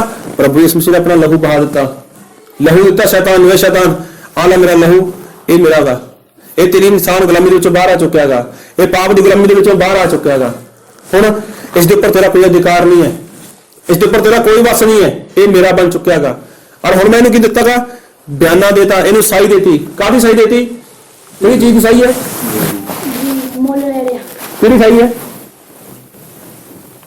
ਅਤੇ ਜਿਹਨੇ ਸਾਨੂੰ ਇਸ ਗੱਲ ਲਈ ਤਿਆਰ ਕੀਤਾ ਸੋ ਪਰਮੇਸ਼ਵਰ ਹੈ ਜਿਹਨੇ ਸਾਨੂੰ ਆਤਮਾ ਦੀ ਸਾਈ ਦਿੱਤੀ। ਹਾਲੇਲੂਇਆ। ਕਾਹਦੀ ਸਾਈ? ਆਤਮਾ ਦੀ ਸਾਈ ਮਤਲਬ ਪਵਿੱਤਰ ਆਤਮਾ ਦੀ ਸਾਈ। ਪਵਿੱਤਰ ਆਤਮਾ ਦੀ ਸਾਈ ਇਹਦਾ ਮਤਲਬ ਜਿਹਦੇ ਲਵੇ ਪਵਿੱਤਰ ਆਤਮਾ ਨਹੀਂ ਹੈ, ਜਿਹਦੇ ਲਵੇ ਪਵਿੱਤਰ ਆਤਮਾ ਨਹੀਂ ਹੈ ਉਹਦੇ ਲਵੇ ਕੋਈ ਸਾਈ ਨਹੀਂ ਹੈ, ਉਹਦੇ ਲਵੇ ਕੋਈ ਬਿਆਨਾ ਨਹੀਂ ਹੈ। ਅਗਰ ਪ੍ਰਭੂ ਯਿਸੂ ਮਸੀਹ ਅੱਜ ਆ ਜਾਣ, ਅਗਰ ਸਾਈ ਨਹੀਂ ਹੈ, ਅਗਰ ਬਿਆਨਾ ਨਹੀਂ ਹੈ, ਬਿਆਨਾ ਕਾਹਦੇ ਵਾਸਤੇ? ਸਵਰਗ ਵਾਸਤੇ। ਸਵਰਗ ਵਾਸਤੇ ਬਿਆਨਾ। ਸਵਰਗ ਜਾਣ ਵਾਸਤੇ ਕੀ ਹੈ ਕਿ ਸਾਈ ਹੈ। ਆ ਲੈ ਭਰਾਵਾ ਚੱਕ ਸਾਈ, ਆ ਚੱਕ ਬਿਆਨਾ। ਜਦ ਮੈਂ ਆਵਾਂਗਾ ਮੈਂ ਤੈਨੂੰ ਆਪਣੇ ਨਾਲ ਲੈ ਕੇ ਜਾਵਾਂਗਾ, ਮੇਰਾ ਸੌਦਾ ਪੱਕਾ ਤੇਰੇ ਨਾਲ। ਅਗਰ ਕੋਈ ਇਨਸਾਨ ਆਪਣਾ ਘਰ ਵੇਚੇ, ਆਪਣੀ ਗੱਡੀ ਵੇਚੇ, ਤੇ ਚਲੋ ਹੁਣ ਤਾਂ ਚਲੋ ਔਲੈਕਸ ਚੱਲਦਾ ਹੈਗਾ, ਮੋਬਾਈਲ ਉੱਪਰ ਕੋਈ ਫੋਟੋ ਪਾ ਦੇਵੇ ਭਾਈ ਮੈਂ ਆਪਣਾ ਘਰ ਵੇਚਣਾ ਹੈਗਾ ਜਾਂ ਆਪਣੀ ਗੱਡੀ ਵੇਚਣੀ ਹੈ, ਤੇ ਕਿਸੇ ਇਨਸਾਨ ਨੂੰ ਪਸੰਦ ਆ ਗਿਆ, ਚਲੋ 5 ਲੱਖ 10 ਲੱਖ ਰੁਪਏ ਜੋ ਵੀ ਜਗ੍ਹਾ ਜ਼ਮੀਨ ਹੈ ਜੋ ਵੀ ਹੈ, ਉਹ ਇਨਸਾਨ ਦੇਖਣ ਦੇ ਲਈ ਜਾਊਗਾ। ਔਰ ਦੇਖਣ ਦੇ ਲਈ ਕਦੇ ਵੀ ਇਨਸਾਨ ਪੂਰੀ ਚੀਜ਼ ਲੈ ਕੇ ਨਹੀਂ ਜਾਂਦਾ ਨਾਲ, ਆਪਣੀ ਪੂਰੀ ਕੀਮਤ ਲੈ ਕੇ ਨਹੀਂ ਜਾਂਦਾ। ਉਹ ਕੀ ਹੈ? ਥੋੜੇ ਜਿਹੇ ਪੈਸੇ ਲੈ ਕੇ ਜਾਓ ਨਾਲ, 20,000 10,000 5,000 ਜੋ ਵੀ। ਕਿਉਂ? ਕਿਉਂਕਿ ਜਦ ਮੈਨੂੰ ਪਸੰਦ ਆ ਗਈ ਉਸ ਤੋਂ ਬਾਅਦ ਕੀ ਹੈ ਮੈਂ ਉਹਨੂੰ ਬਿਆਨਾ ਦੇ ਦਾਂਗਾ ਕਿ ਮੇਰਾ ਬਿਆਨਾ ਇਹ ਮੇਰੀ ਸਾਈ ਹੈ। ਮੈਂ 2-4 ਮਹੀਨਿਆਂ ਨੂੰ ਜਾਂ 1 ਮਹੀਨੇ ਨੂੰ ਜਾਂ ਕੱਲ ਨੂੰ ਜਾਂ ਪਰਸੋਂ ਜੋ ਵੀ, ਉਸ ਤੋਂ ਬਾਅਦ ਮੈਂ ਕੀ ਕਰਾਂਗਾ? ਤੈਨੂੰ ਪੈਸੇ ਦੇ ਕੇ ਇਹ ਚੀਜ਼ ਮੈਂ ਆਪਣੇ ਲਵੇ ਲੈ ਜਾਵਾਂਗਾ। ਔਰ ਜੋ ਕੁਛ ਦਿੱਤਾ 2,000 ਦਿੱਤਾ 5,000 ਦਿੱਤਾ ਜਾਂ 10,000 ਦਿੱਤਾ, ਉਸਨੇ ਕੀ ਕੀਤਾ? ਉਹਨੂੰ ਸਾਈ ਦੇਤੀ, ਉਹਨੂੰ ਬਿਆਨਾ ਦੇਤਾ।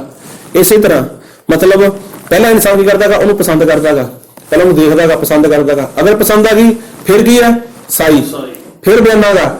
ਇਸੇ ਤਰ੍ਹਾਂ ਪ੍ਰਭੂ ਯਿਸੂ ਮਸੀਹ ਦੇ ਉੱਪਰ ਜੋ ਇਨਸਾਨ ਵਿਸ਼ਵਾਸ ਕਰਦਾਗਾ, ਪ੍ਰਭੂ ਯਿਸੂ ਮਸੀਹ ਦਾ ਤੁਸੀਂ ਮੇਰੇ ਤੇ ਵਿਸ਼ਵਾਸ ਕੀਤਾ, ਠੀਕ ਹੈ, ਤੁਸੀਂ ਤੋਬਾ ਕਰਦੇ ਹੋ, ਹੁਣ ਆਪਣੇ ਪਾਪਾਂ ਦੀ ਮਾਫੀ ਲਈ ਬਪਤਿਸਮਾ ਲਓ, ਮੈਂ ਤੁਹਾਡੇ ਪਾਪ ਮਿਟਾ ਦਾਂਗਾ, ਮੈਂ ਤੁਹਾਡੇ ਪਾਪ ਮਿਟਾਵਾਂਗਾ, ਨਾਲ ਹੀ ਤੁਹਾਨੂੰ ਪਵਿੱਤਰ ਆਤਮਾ ਦੇਵਾਂਗਾ।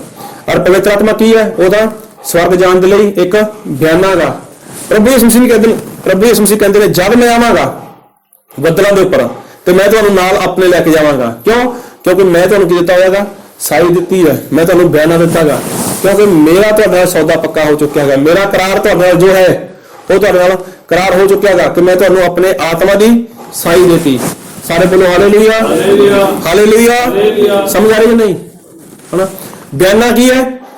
ਉਹਦਾ ਪਵਿੱਤਰ ਆਤਮਾ ਦਾ। ਪਵਿੱਤਰ ਆਤਮਾ ਕੀ ਹੈ? ਬਿਆਨਾ। ਮਤਲਬ ਅਗਰ ਤੇਲ ਕੀ ਹੈ? ਤੇਲ ਤਾਂ ਪਵਿੱਤਰ ਆਤਮਾ ਦਾ, ਤੇਲ ਹੀ ਪਵਿੱਤਰ ਆਤਮਾ ਦਾ। ਔਰ ਕਿੱਥੇ ਹੈ? ਉਹ ਤਾਂ ਬਰਤਨ ਦੇ ਵਿੱਚ ਹੈ। ਬਰਤਨ ਕੀ ਹੈ? ਬਰਤਨ ਇਨਸਾਨ ਦਾ ਸਰੀਰ ਹੈ।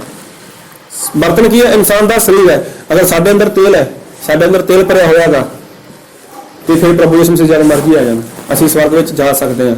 ਲੇਕਿਨ ਇਹ ਪੜੋ ਇੱਕ ਵਾਰ ਫਿਰ ਪੜੋ, ਉਹ ਆਪਣੇ ਦੂਜਾ ਰਾਜਾ ਉਹਦਾ 4 ਅਧਿਆਇ ਉਹਦਾ 6 ਵਚਨ।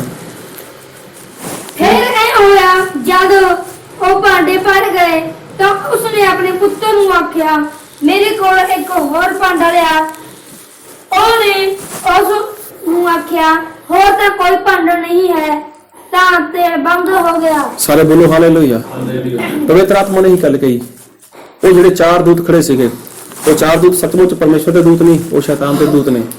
ਉਹਨਾਂ ਨੂੰ ਜਦ ਉਹ ਵਿਗਾੜ ਕਰਨ ਵਾਸਤੇ ਤਿਆਰ ਨੇ, ਨਾਸ਼ ਕਰਨ ਵਾਸਤੇ ਤਿਆਰ ਨੇ, ਉੱਥੇ ਕੀ ਕਿਹਾ? ਇੱਕ ਦੂਤ ਨੇ ਠਹਿਰ ਜਾਓ, ਹਲੇ ਮੇਰਾ ਕੰਮ ਚੱਲ ਰਿਹਾਗਾ, ਹਲੇ ਮੈਂ ਕੰਮ ਆਪਣਾ ਕਰਨਾਗਾ। ਕੀ ਕੰਮ? ਕਿ ਮੈਂ ਜਿਹੜੇ ਪਰਮੇਸ਼ਵਰ ਦੇ ਲੋਕ ਨੇ ਉਹਨਾਂ ਉੱਪਰ ਮੈਂ ਮੋਹਰ ਲਗਾਣੀ ਹੈ। ਪਰ ਮੋਹਰ ਕੁਝ ਨਹੀਂ, ਮੋਹਰ ਪਵਿੱਤਰ ਆਤਮਾ ਦਾ। ਉਹ ਮੋਹਰ ਪਵਿੱਤਰ ਆਤਮਾ ਦਾ। ਜਿਸ ਦਿਨ ਉਸਨੇ ਕਹਤਾ ਮੇਰਾ ਕੰਮ ਬੰਦ, ਜਿਸ ਦਿਨ ਉਸਨੂੰ ਕੋਈ ਭਾਂਡਾ ਨਾ ਮਿਲਿਆ, ਜਿਸ ਦਿਨ ਉਸਨੂੰ ਕੋਈ ਐਸਾ ਬਰਤਨ ਨਾ ਮਿਲਿਆ ਕਿ ਉਹਦੇ ਵਿੱਚ ਆਪਣੀ ਮੋਹਰ ਲਗਾ ਦੇਵੇ, ਉਹਨੂੰ ਆਪਣੇ ਆਤਮਾ ਨਾਲ ਭਰ ਦੇਵੇ, ਉਸ ਦਿਨ ਕੀ ਹੋਊਗਾ? ਉਹ ਕਹੇਗਾ ਮੇਰਾ ਕੰਮ ਤਾਂ ਬੰਦ ਹੋ ਗਿਆ। ਜਦੋਂ ਪਵਿੱਤਰ ਆਤਮਾ ਦਾ ਕੰਮ ਬੰਦ ਹੋ ਗਿਆ ਤੇ ਪਵਿੱਤਰ ਆਤਮਾ ਕਿੱਥੇ ਚਲਾ ਜਾਏਗਾ? ਉਹ ਤਾਂ ਵਾਪਸ ਸਵਰਗ ਵਿੱਚ ਚਲਾ ਜਾਏਗਾ। ਉਸ ਤੋਂ ਬਾਅਦ ਫਿਰ ਜੋ ਸਮਾਂ ਗਾ, ਫਿਰ ਉਹ ਸਮਾਂ ਸ਼ੈਤਾਨ ਨੂੰ ਦਿੱਤਾ ਜਾਏਗਾ। ਫਿਰ ਸਮਾਂ ਸ਼ੈਤਾਨ ਨੂੰ ਦਿੱਤਾ ਜਾਏਗਾ। ਫਿਰ ਸ਼ੈਤਾਨ ਆਪਣਾ ਕੰਮ ਕਰੇਗਾ। ਫਿਰ ਜਿੰਨੇ ਵੀ ਮਤਲਬ ਸ਼ੈਤਾਨ ਨੇ ਜੋ ਕੁਝ ਵੀ ਕਰਨਾ ਹੈ ਸੰਸਾਰ ਦੇ ਵਿੱਚ ਉਹ ਕੰਮ ਕਰੇਗਾ। ਫਿਰ ਲੋਕ ਦੁਖੀ ਹੋਣਗੇ, ਫਿਰ ਪਰੇਸ਼ਾਨ ਹੋਣਗੇ, ਫਿਰ ਕੋਈ ਸਮਾਂ ਨਹੀਂ, ਫਿਰ ਕਿਸੇ ਲਈ ਕੋਈ ਸਮਾਂ ਨਹੀਂ। ਫਿਰ ਇਨਸਾਨ ਚਾਹੇ ਪ੍ਰਾਰਥਨਾ ਕਰੇ, ਚਾਹੇ ਇਨਸਾਨ ਵਰਤ ਰੱਖੇ, ਫਿਰ ਚਾਹੇ ਇਨਸਾਨ ਬਾਈਬਲ ਪੜ੍ਹੇ, ਚਾਹੇ ਜੋ ਵੀ करे, ਫਿਰ ਕੋਈ ਸਮਾਂ ਨਹੀਂ। ਕਿਉਂਕਿ ਜੋ ਤੇਲ ਹੈ, ਜੋ ਤੇਲ ਅੱਜ ਮਿਲਦਾ ਹੈ ਇਨਸਾਨ ਨੂੰ, ਉਹ ਤੇਲ ਕੀ ਹੋ ਜਾਏਗਾ? ਉਹ ਬੰਦ ਹੋ ਜਾਏਗਾ। ਉਹ ਤੇਲ ਕੀ ਹੋ ਜਾਏਗਾ? ਬੰਦ ਹੋ ਜਾਏਗਾ। ਲੇਕਿਨ ਜਿੰਨੇ ਵੀ ਬਰਤਨ ਨੇ ਉਹ ਬਰਤਨਾਂ ਨੂੰ ਅਸੀਂ ਅੱਜ ਭਰ ਸਕਦੇ ਹਾਂ। ਅਗਰ ਸਾਡੇ ਘਰ ਦੇ ਵਿੱਚ ਬਰਤਨ ਖਾਲੀ ਨੇ, ਉਹਨਾਂ ਨੂੰ ਅਸੀਂ ਭਰ ਸਕਦੇ ਹਾਂ। ਸਾਡੇ ਆਸ ਪੜੋਸ ਦੇ ਵਿੱਚ, ਸਾਡੇ ਰਿਸ਼ਤੇਦਾਰੀ ਦੇ ਵਿੱਚ ਉਹਨਾਂ ਨੂੰ ਅਸੀਂ ਇਕੱਠਾ ਕਰ ਸਕਦੇ ਹਾਂ। ਉਹਨਾਂ ਨੂੰ ਦੱਸ ਸਕਦੇ ਹਾਂ ਕਿ ਪਰਮੇਸ਼ਵਰ ਦੀ ਆਮਦ ਬਹੁਤ ਨੇੜੇ ਹੈ। ਪਰਮੇਸ਼ਵਰ ਦਾ ਜੋ ਆਤਮਾ ਅੱਜ ਕੰਮ ਕਰ ਰਿਹਾ ਹੈਗਾ, ਉਹ ਕਦ ਆਪਣਾ ਕੰਮ ਬੰਦ ਕਰ ਦੇਵੇ, ਇਸ ਦੇ ਬਾਰੇ ਕੋਈ ਨਹੀਂ ਜਾਣਦਾ। ਬਾਈਬਲ ਦੇ ਵਿੱਚ ਕਿਤੇ ਨਹੀਂ ਲਿਖਿਆ ਕਿ ਪਵਿੱਤਰ ਆਤਮਾ ਦਾ ਸਮਾਂ ਕਦੋਂ ਖਤਮ ਹੋ ਜਾਏਗਾ। ਲੇਕਿਨ ਉਹ ਤਾਂ ਪਵਿੱਤਰ ਆਤਮਾ ਹੀ ਜਾਣਦੇ ਨੇ ਕਿ ਉਹਨਾਂ ਲਈ ਕਿੰਨਾ ਸਮਾਂ ਹੈਗਾ। ਹੋ ਸਕਦਾ ਹੈ ਪਵਿੱਤਰ ਆਤਮਾ ਦਾ ਸਮਾਂ ਕੱਲ ਨੂੰ ਬੰਦ ਹੋ ਜਾਏ। ਹੋ ਸਕਦਾ ਪਵਿੱਤਰ ਆਤਮਾ ਕਹਿ ਦੇਵੇ, ਅੱਜ ਰਾਤ ਨੂੰ ਕਹਿ ਦੇਵੇ ਕਿ ਮੇਰਾ ਕੰਮ ਬੰਦ ਹੈ। ਹੋ ਸਕਦਾ ਹੈ ਪਵਿੱਤਰ ਆਤਮਾ ਹੁਣੇ ਹੀ ਕਹਿ ਦੇਣਾ ਕਿ ਮੇਰਾ ਕੰਮ ਬੰਦ ਹੋ ਚੁੱਕਿਆ ਹੈਗਾ, ਹੁਣ ਮੈਂ ਕਿਸੇ ਨੂੰ ਮੋਹਰ ਨਹੀਂ ਕਰਨੀ। ਫਿਰ ਇਨਸਾਨ ਦੇ ਲਈ ਕੋਈ ਸਮਾਂ ਨਹੀਂ ਹੈ। ਅੱਜ ਸਮਾਂ ਗਾ ਕਿ ਅਸੀਂ ਤੇਲ ਨਾਲ ਆਪਣੇ ਭਾਂਡੇ ਭਰ ਸਕਦੇ ਹਾਂ। ਅੱਜ ਸਮਾਂ ਗਾ ਅਸੀਂ ਤੇਲ ਲੈ ਸਕਦੇ ਹਾਂ। ਲੇਕਿਨ ਤੇਲ ਲੈਣਾ ਨਾ ਲੈਣਾ ਉਹ ਇਨਸਾਨ ਦੇ ਹੱਥ ਦੇ ਵਿੱਚ ਹੈ। ਪਵਿੱਤਰ ਆਤਮਾ ਨੂੰ ਪ੍ਰਾਪਤ ਕਰਨਾ ਨਾ ਕਰਨਾ ਉਹ ਇਨਸਾਨ ਦੇ ਹੱਥ ਦੇ ਵਿੱਚ ਹੈ। ਕਿਉਂਕਿ ਹਰ ਇਨਸਾਨ ਉਹ ਪਾਪ ਦਾ ਗੁਲਾਮ ਹੈ। ਅੱਜ ਜਿਸ ਤਰ੍ਹਾਂ ਉਹ ਦੋ ਬੱਚੇ, ਉਹਨਾਂ ਦੀ ਮਾਂ, ਉਹਨੇ ਕੀ ਕਿਹਾ ਕਿ ਮੇਰੇ ਪਤੀ ਦਾ ਜੋ ਕਰਜ਼ ਹੈ ਉਹ ਸਾਡੇ ਉੱਪਰ ਹੈ। ਮਤਲਬ ਕਿ ਜੋ ਵੀ ਬੁਰਾਈ ਹੈ, ਜੋ ਵੀ ਪਾਪ ਹੈ, ਚਾਹੇ ਤੁਸੀਂ ਨਹੀਂ ਕੀਤਾ, ਅਸੀਂ ਨਹੀਂ ਕੀਤਾ, ਲੇਕਿਨ ਜੋ ਆਦਮ ਤੋਂ ਪਾਪ ਚੱਲਦਾ ਆ ਰਿਹਾ ਹੈਗਾ ਉਹ ਤੀਜੀ ਚੌਥੀ ਪੀੜ੍ਹੀ ਤੱਕ ਪੈਂਦਾ ਹੈ। ਪਰਮੇਸ਼ਵਰ ਉਹਨਾਂ ਬੁਰੇ ਲੋਕਾਂ ਦੇ ਉੱਪਰ ਬੁਰਾਈ ਲੈ ਕੇ ਆਉਂਦੇ ਨੇ ਜੋ ਪਰਮੇਸ਼ਵਰ ਦੇ ਵੈਰੀ ਨੇ। ਲੇਕਿਨ ਅਸੀਂ ਬਚ ਸਕਦੇ ਹਾਂ। ਪ੍ਰਭੂ ਯਿਸੂ ਮਸੀਹ ਦੇ ਲਹੂ ਨਾਲ ਅਸੀਂ ਸ਼ੁੱਧ ਹੋ ਸਕਦੇ ਹਾਂ। ਔਰ ਅਸੀਂ ਕਹਿ ਸਕਦੇ ਹਾਂ ਕਿ ਪ੍ਰਭੂ ਯਿਸੂ ਮਸੀਹ ਸਾਡੀ ਕੀਮਤ ਭਰੀ ਹੋਈ ਹੈ। ਅਸੀਂ ਪ੍ਰਭੂ ਯਿਸੂ ਮਸੀਹ ਦੇ ਲਹੂ ਨਾਲ ਮੁੱਲ ਖਰੀਦੇ ਹੋਏ ਹਾਂ। ਔਰ ਪ੍ਰਭੂ ਯਿਸੂ ਮਸੀਹ ਸਾਨੂੰ ਆਜ਼ਾਦ ਕਰਨਾ ਚਾਹੁੰਦੇ ਨੇ। ਪ੍ਰਭੂ ਯਿਸੂ ਮਸੀਹ ਸਾਨੂੰ ਸਭ ਨੂੰ ਆਜ਼ਾਦ ਕਰਨਾ ਚਾਹੁੰਦੇ ਨੇ। ਔਰ ਪਵਿੱਤਰ ਆਤਮਾ ਕੀ ਹੈ? ਉਹ ਇੱਕ ਬਿਆਨਾ ਗਾ, ਉਹ ਇੱਕ ਮੋਹਰ ਲਗਾਉਂਦਾ ਗਾ। ਪਵਿੱਤਰ ਆਤਮਾ ਮੋਹਰ ਲਗਾਉਂਦਾ ਗਾ। ਪਵਿੱਤਰ ਆਤਮਾ ਕੀ ਹੈ? ਇੱਕ ਤੇਲ ਦੀ ਨਿਆਈ ਹੈ। ਤੇਲ ਕੀ ਹੈ? ਉਹੀ ਪਵਿੱਤਰ ਆਤਮਾ ਗਾ। ਅਗਰ ਅਸੀਂ ਤੇਲ ਨੂੰ ਲੈ ਲੈਂਦੇ ਹਾਂ, ਅਸੀਂ ਭਾਂਡੇ ਭਰ ਲੈਂਦੇ ਹਾਂ ਆਪਣੇ, ਤੇ ਫਿਰ ਅਸੀਂ ਸਹੀ ਹਾਂ। ਫਿਰ ਕੀ ਹੈ? ਅਸੀਂ ਕਹਿ ਸਕਦੇ ਹਾਂ ਸਾਡਾ ਕਰਜ਼ ਪ੍ਰਭੂ ਯਿਸੂ ਮਸੀਹ ਨੇ ਭਰਿਆ ਹੋਇਆਗਾ। ਸਾਡੀ ਸਜ਼ਾ ਪ੍ਰਭੂ ਯਿਸੂ ਮਸੀਹ ਆਪਣੇ ਉੱਪਰ ਲੈ ਚੁੱਕੇ ਨੇ। ਅਸੀਂ ਤਿਆਰ ਹੋਣਾਗਾ ਕਿ ਅਸੀਂ ਤੇਲ ਲੈ ਲਈਏ। ਸਾਰੇ ਬੋਲੋ ਹਾਲੇਲੂਇਆ, ਹਾਲੇਲੂਇਆ। ਅਸੀਂ ਤਿਆਰ ਹੋਣਾਗਾ ਕਿ ਅਸੀਂ ਅੱਜ ਤੇਲ ਲੈ ਲਈਏ। ਅੱਜ ਤੇਲ ਮਿਲ ਰਿਹਾਗਾ, ਮਤਲਬ ਅੱਜ ਪਵਿੱਤਰ ਆਤਮਾ ਮਿਲ ਰਿਹਾਗਾ। ਤੇਲ ਲੈਣਾ ਨਾ ਲੈਣਾ ਉਹ ਇਨਸਾਨ ਦੇ ਹੱਥ ਦੇ ਵਿੱਚ ਹੈ। ਤੇਲ ਮਤਲਬ ਪਵਿੱਤਰ ਆਤਮਾ ਕਦੇ ਜ਼ਬਰਦਸਤੀ ਨਹੀਂ ਕਰਦੇ। ਪਵਿੱਤਰ ਆਤਮਾ ਕਦੇ ਵੀ ਕਿਸੇ ਨਾਲ ਜ਼ਬਰਦਸਤੀ ਨਹੀਂ ਕਰਦੇ। ਲੇਕਿਨ ਪਵਿੱਤਰ ਆਤਮਾ ਸਾਨੂੰ ਸਿਖਾਉਂਦੇ ਨੇ ਕਿ ਅਸੀਂ ਆਪਣੇ ਆਪ ਨੂੰ ਤਿਆਰ ਕਰ ਲਈਏ। ਸਾਡਾ ਸਰੀਰ ਉਹ ਮਿੱਟੀ ਦਾ ਭਾਂਡਾ ਹੈਗਾ, ਪਰ ਪਰਮੇਸ਼ਵਰ ਦੇ ਵਚਨ, ਪਰਮੇਸ਼ਵਰ ਦਾ ਆਤਮਾ ਉਹ ਇੱਕ ਬਹੁਤ ਕੀਮਤੀ ਖਜ਼ਾਨਾ ਹੈਗਾ। ਔਰ ਉਹੀ ਪਰਮੇਸ਼ਵਰ ਆਪਣਾ ਕੀਮਤੀ ਖਜ਼ਾਨਾ, ਉਹੀ ਆਪਣਾ ਪਵਿੱਤਰ ਆਤਮਾ ਸਾਡੇ ਮਿੱਟੀ ਦੇ ਬਰਤਨਾਂ ਵਿੱਚ ਰੱਖਣਾ ਚਾਹੁੰਦੇ ਨੇ। ਫੈਸਲਾ ਤੁਹਾਡਾ, ਜ਼ਿੰਦਗੀ ਤੁਹਾਡੀ। ਆਓ ਆਪਣੇ ਅੱਖਾਂ ਬੰਦ ਕਰੀਏ, ਆਪਣੇ ਸਿਰਾਂ ਨੂੰ ਝੁਕਾਈਏ, ਪਰ ਕੋਈ ਵੀ ਆਵਾਜ਼ ਨਹੀਂ ਕਰੇਗਾ। ਆਪਾਂ ਸਾਰੇ ਸ਼ਾਂਤ ਹੋਵਾਂਗੇ।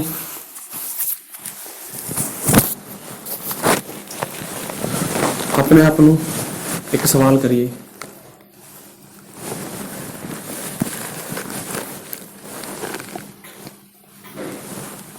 कि जो मेरा बर्तन शरीर है, कि इसके अंदर वो तेल है? कि मेनू तेल मिल चुका है? ਕੀ ਮੈਂ ਤੇਲ ਲੈਣ ਦੇ ਲਈ ਤਿਆਰ ਹਾਂ? ਤੇਲ ਮਤਲਬ ਪਵਿੱਤਰ ਆਤਮਾ। ਉਸ ਔਰਤ ਨੇ ਕਿਹਾ ਕਿ ਮੇਰੇ ਘਰ ਦੇ ਵਿੱਚ ਥੋੜਾ ਜਿਹਾ ਤੇਲ ਹੈ। ਅੱਜ ਇਨਸਾਨ ਕੋਈ ਵੀ ਹੈ, ਕਿਸੇ ਵੀ ਤਰ੍ਹਾਂ ਦਾ ਇਨਸਾਨ ਹੈ, ਅੱਜ ਉਹ ਪਰਮੇਸ਼ਵਰ ਦੇ ਕੁਝ ਕੰਮਾਂ ਨੂੰ ਤਾਂ ਜਾਣਦਾ ਹੈਗਾ। ਆਕਾਸ਼ ਕਿਸ ਨੇ ਬਣਾਇਆ, ਇਸ ਧਰਤੀ ਕਿਸ ਨੂੰ ਬਣਾਇਆ। ਅਗਰ ਜੋ ਕੁਝ ਵੀ ਪਰਮੇਸ਼ਵਰ ਨੇ ਪੈਦਾ ਕੀਤਾਗਾ ਉਹਨਾਂ ਦੇ ਵੱਲ ਉਹ ਧਿਆਨ ਕਰਦਾਗਾ, ਧਿਆਨ ਨਾਲ ਸੋਚਦਾਗਾ, ਉਸ ਨੂੰ ਪਤਾ ਚੱਲਦਾਗਾ ਕਿ ਸਭ ਕੁਝ ਬਣਾਉਣ ਵਾਲਾ ਕੋਈ ਪਰਮਾਤਮਾ ਹੈ, ਕੋਈ ਪਰਮੇਸ਼ਵਰ ਹੈ, ਕੋਈ ਰੱਬ ਹੈ ਜਿਸਨੇ ਸਭ ਕਾਇਨਾਤ ਨੂੰ ਬਣਾਇਆਗਾ। ਮਤਲਬ ਉਸ ਦੇ ਨਾਲ ਪਵਿੱਤਰ ਆਤਮਾ ਹੈ। ਉਸ ਦੇ ਕੋਲ ਤੇਲ ਹੈ, ਲੇਕਿਨ ਉਹ ਤੇਲ ਉਸ ਦੇ ਅੰਦਰ ਨਹੀਂ ਹੈ। ਉਹ ਤੇਲ, ਉਹ ਵਚਨ, ਉਹ ਪਵਿੱਤਰ ਆਤਮਾ ਉਸ ਦੇ ਅੰਦਰ ਨਹੀਂ ਹੈ। ਅੱਜ ਪਵਿੱਤਰ ਆਤਮਾ ਇਨਸਾਨ ਦੇ ਨਾਲ ਰਹਿ ਕੇ ਉਸ ਨੂੰ ਦੱਸਦਾਗਾ ਕਿ ਦੇਖ, ਤੇਰਾ ਜੀਵਨ ਥੋੜਾਗਾ, 70 ਸਾਲ ਦਾ ਜੀਵਨ, 80 ਸਾਲ ਦਾ ਜੀਵਨ, और पता भी नहीं है कि की हो जाए। परमेश्वर दा आत्मा इंसान नूं दसदा हैगा, मतलब हर एक इंसान दे नाल वो परमेश्वर दा आत्मा काम करदा हैगा, लेकिन परमेश्वर साडे अंदर आना चाहुंदे ने। प्रभु यीशु मसीह अपना पवित्र आत्मा साडे अंदर उतारना चाहुंदे ने। प्रभु यीशु मसीह चाहुंदे ने कि वो अपना कीमती खजाना ये मिट्टी के बर्तनों में रख देना और पवित्र आत्मा अपनी मोहर लगा देना। और पवित्र आत्मा एक बयाना, एक साई सानू मिल जाए स्वर्ग दे लई। वो तेल ले लो, तेल ले लो, साडे लई समागा। उस तेल दे नाल अपने बर्तन भर लो,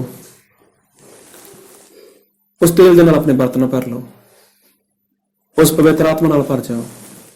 परमेश्वर यही चाहते हैं कि मैं पवित्र आत्मा नाल भरन दे लई तैयार हाँ, कि मैं परमेश्वर की आज्ञाकारी करता होया, परमेश्वर के वचन नूं पूरा करता होया, उस तेल नूं अपने शरीर दे विच, उस पवित्र आत्मा नूं अपने शरीर दे विच लैण दे लई तैयार हाँ।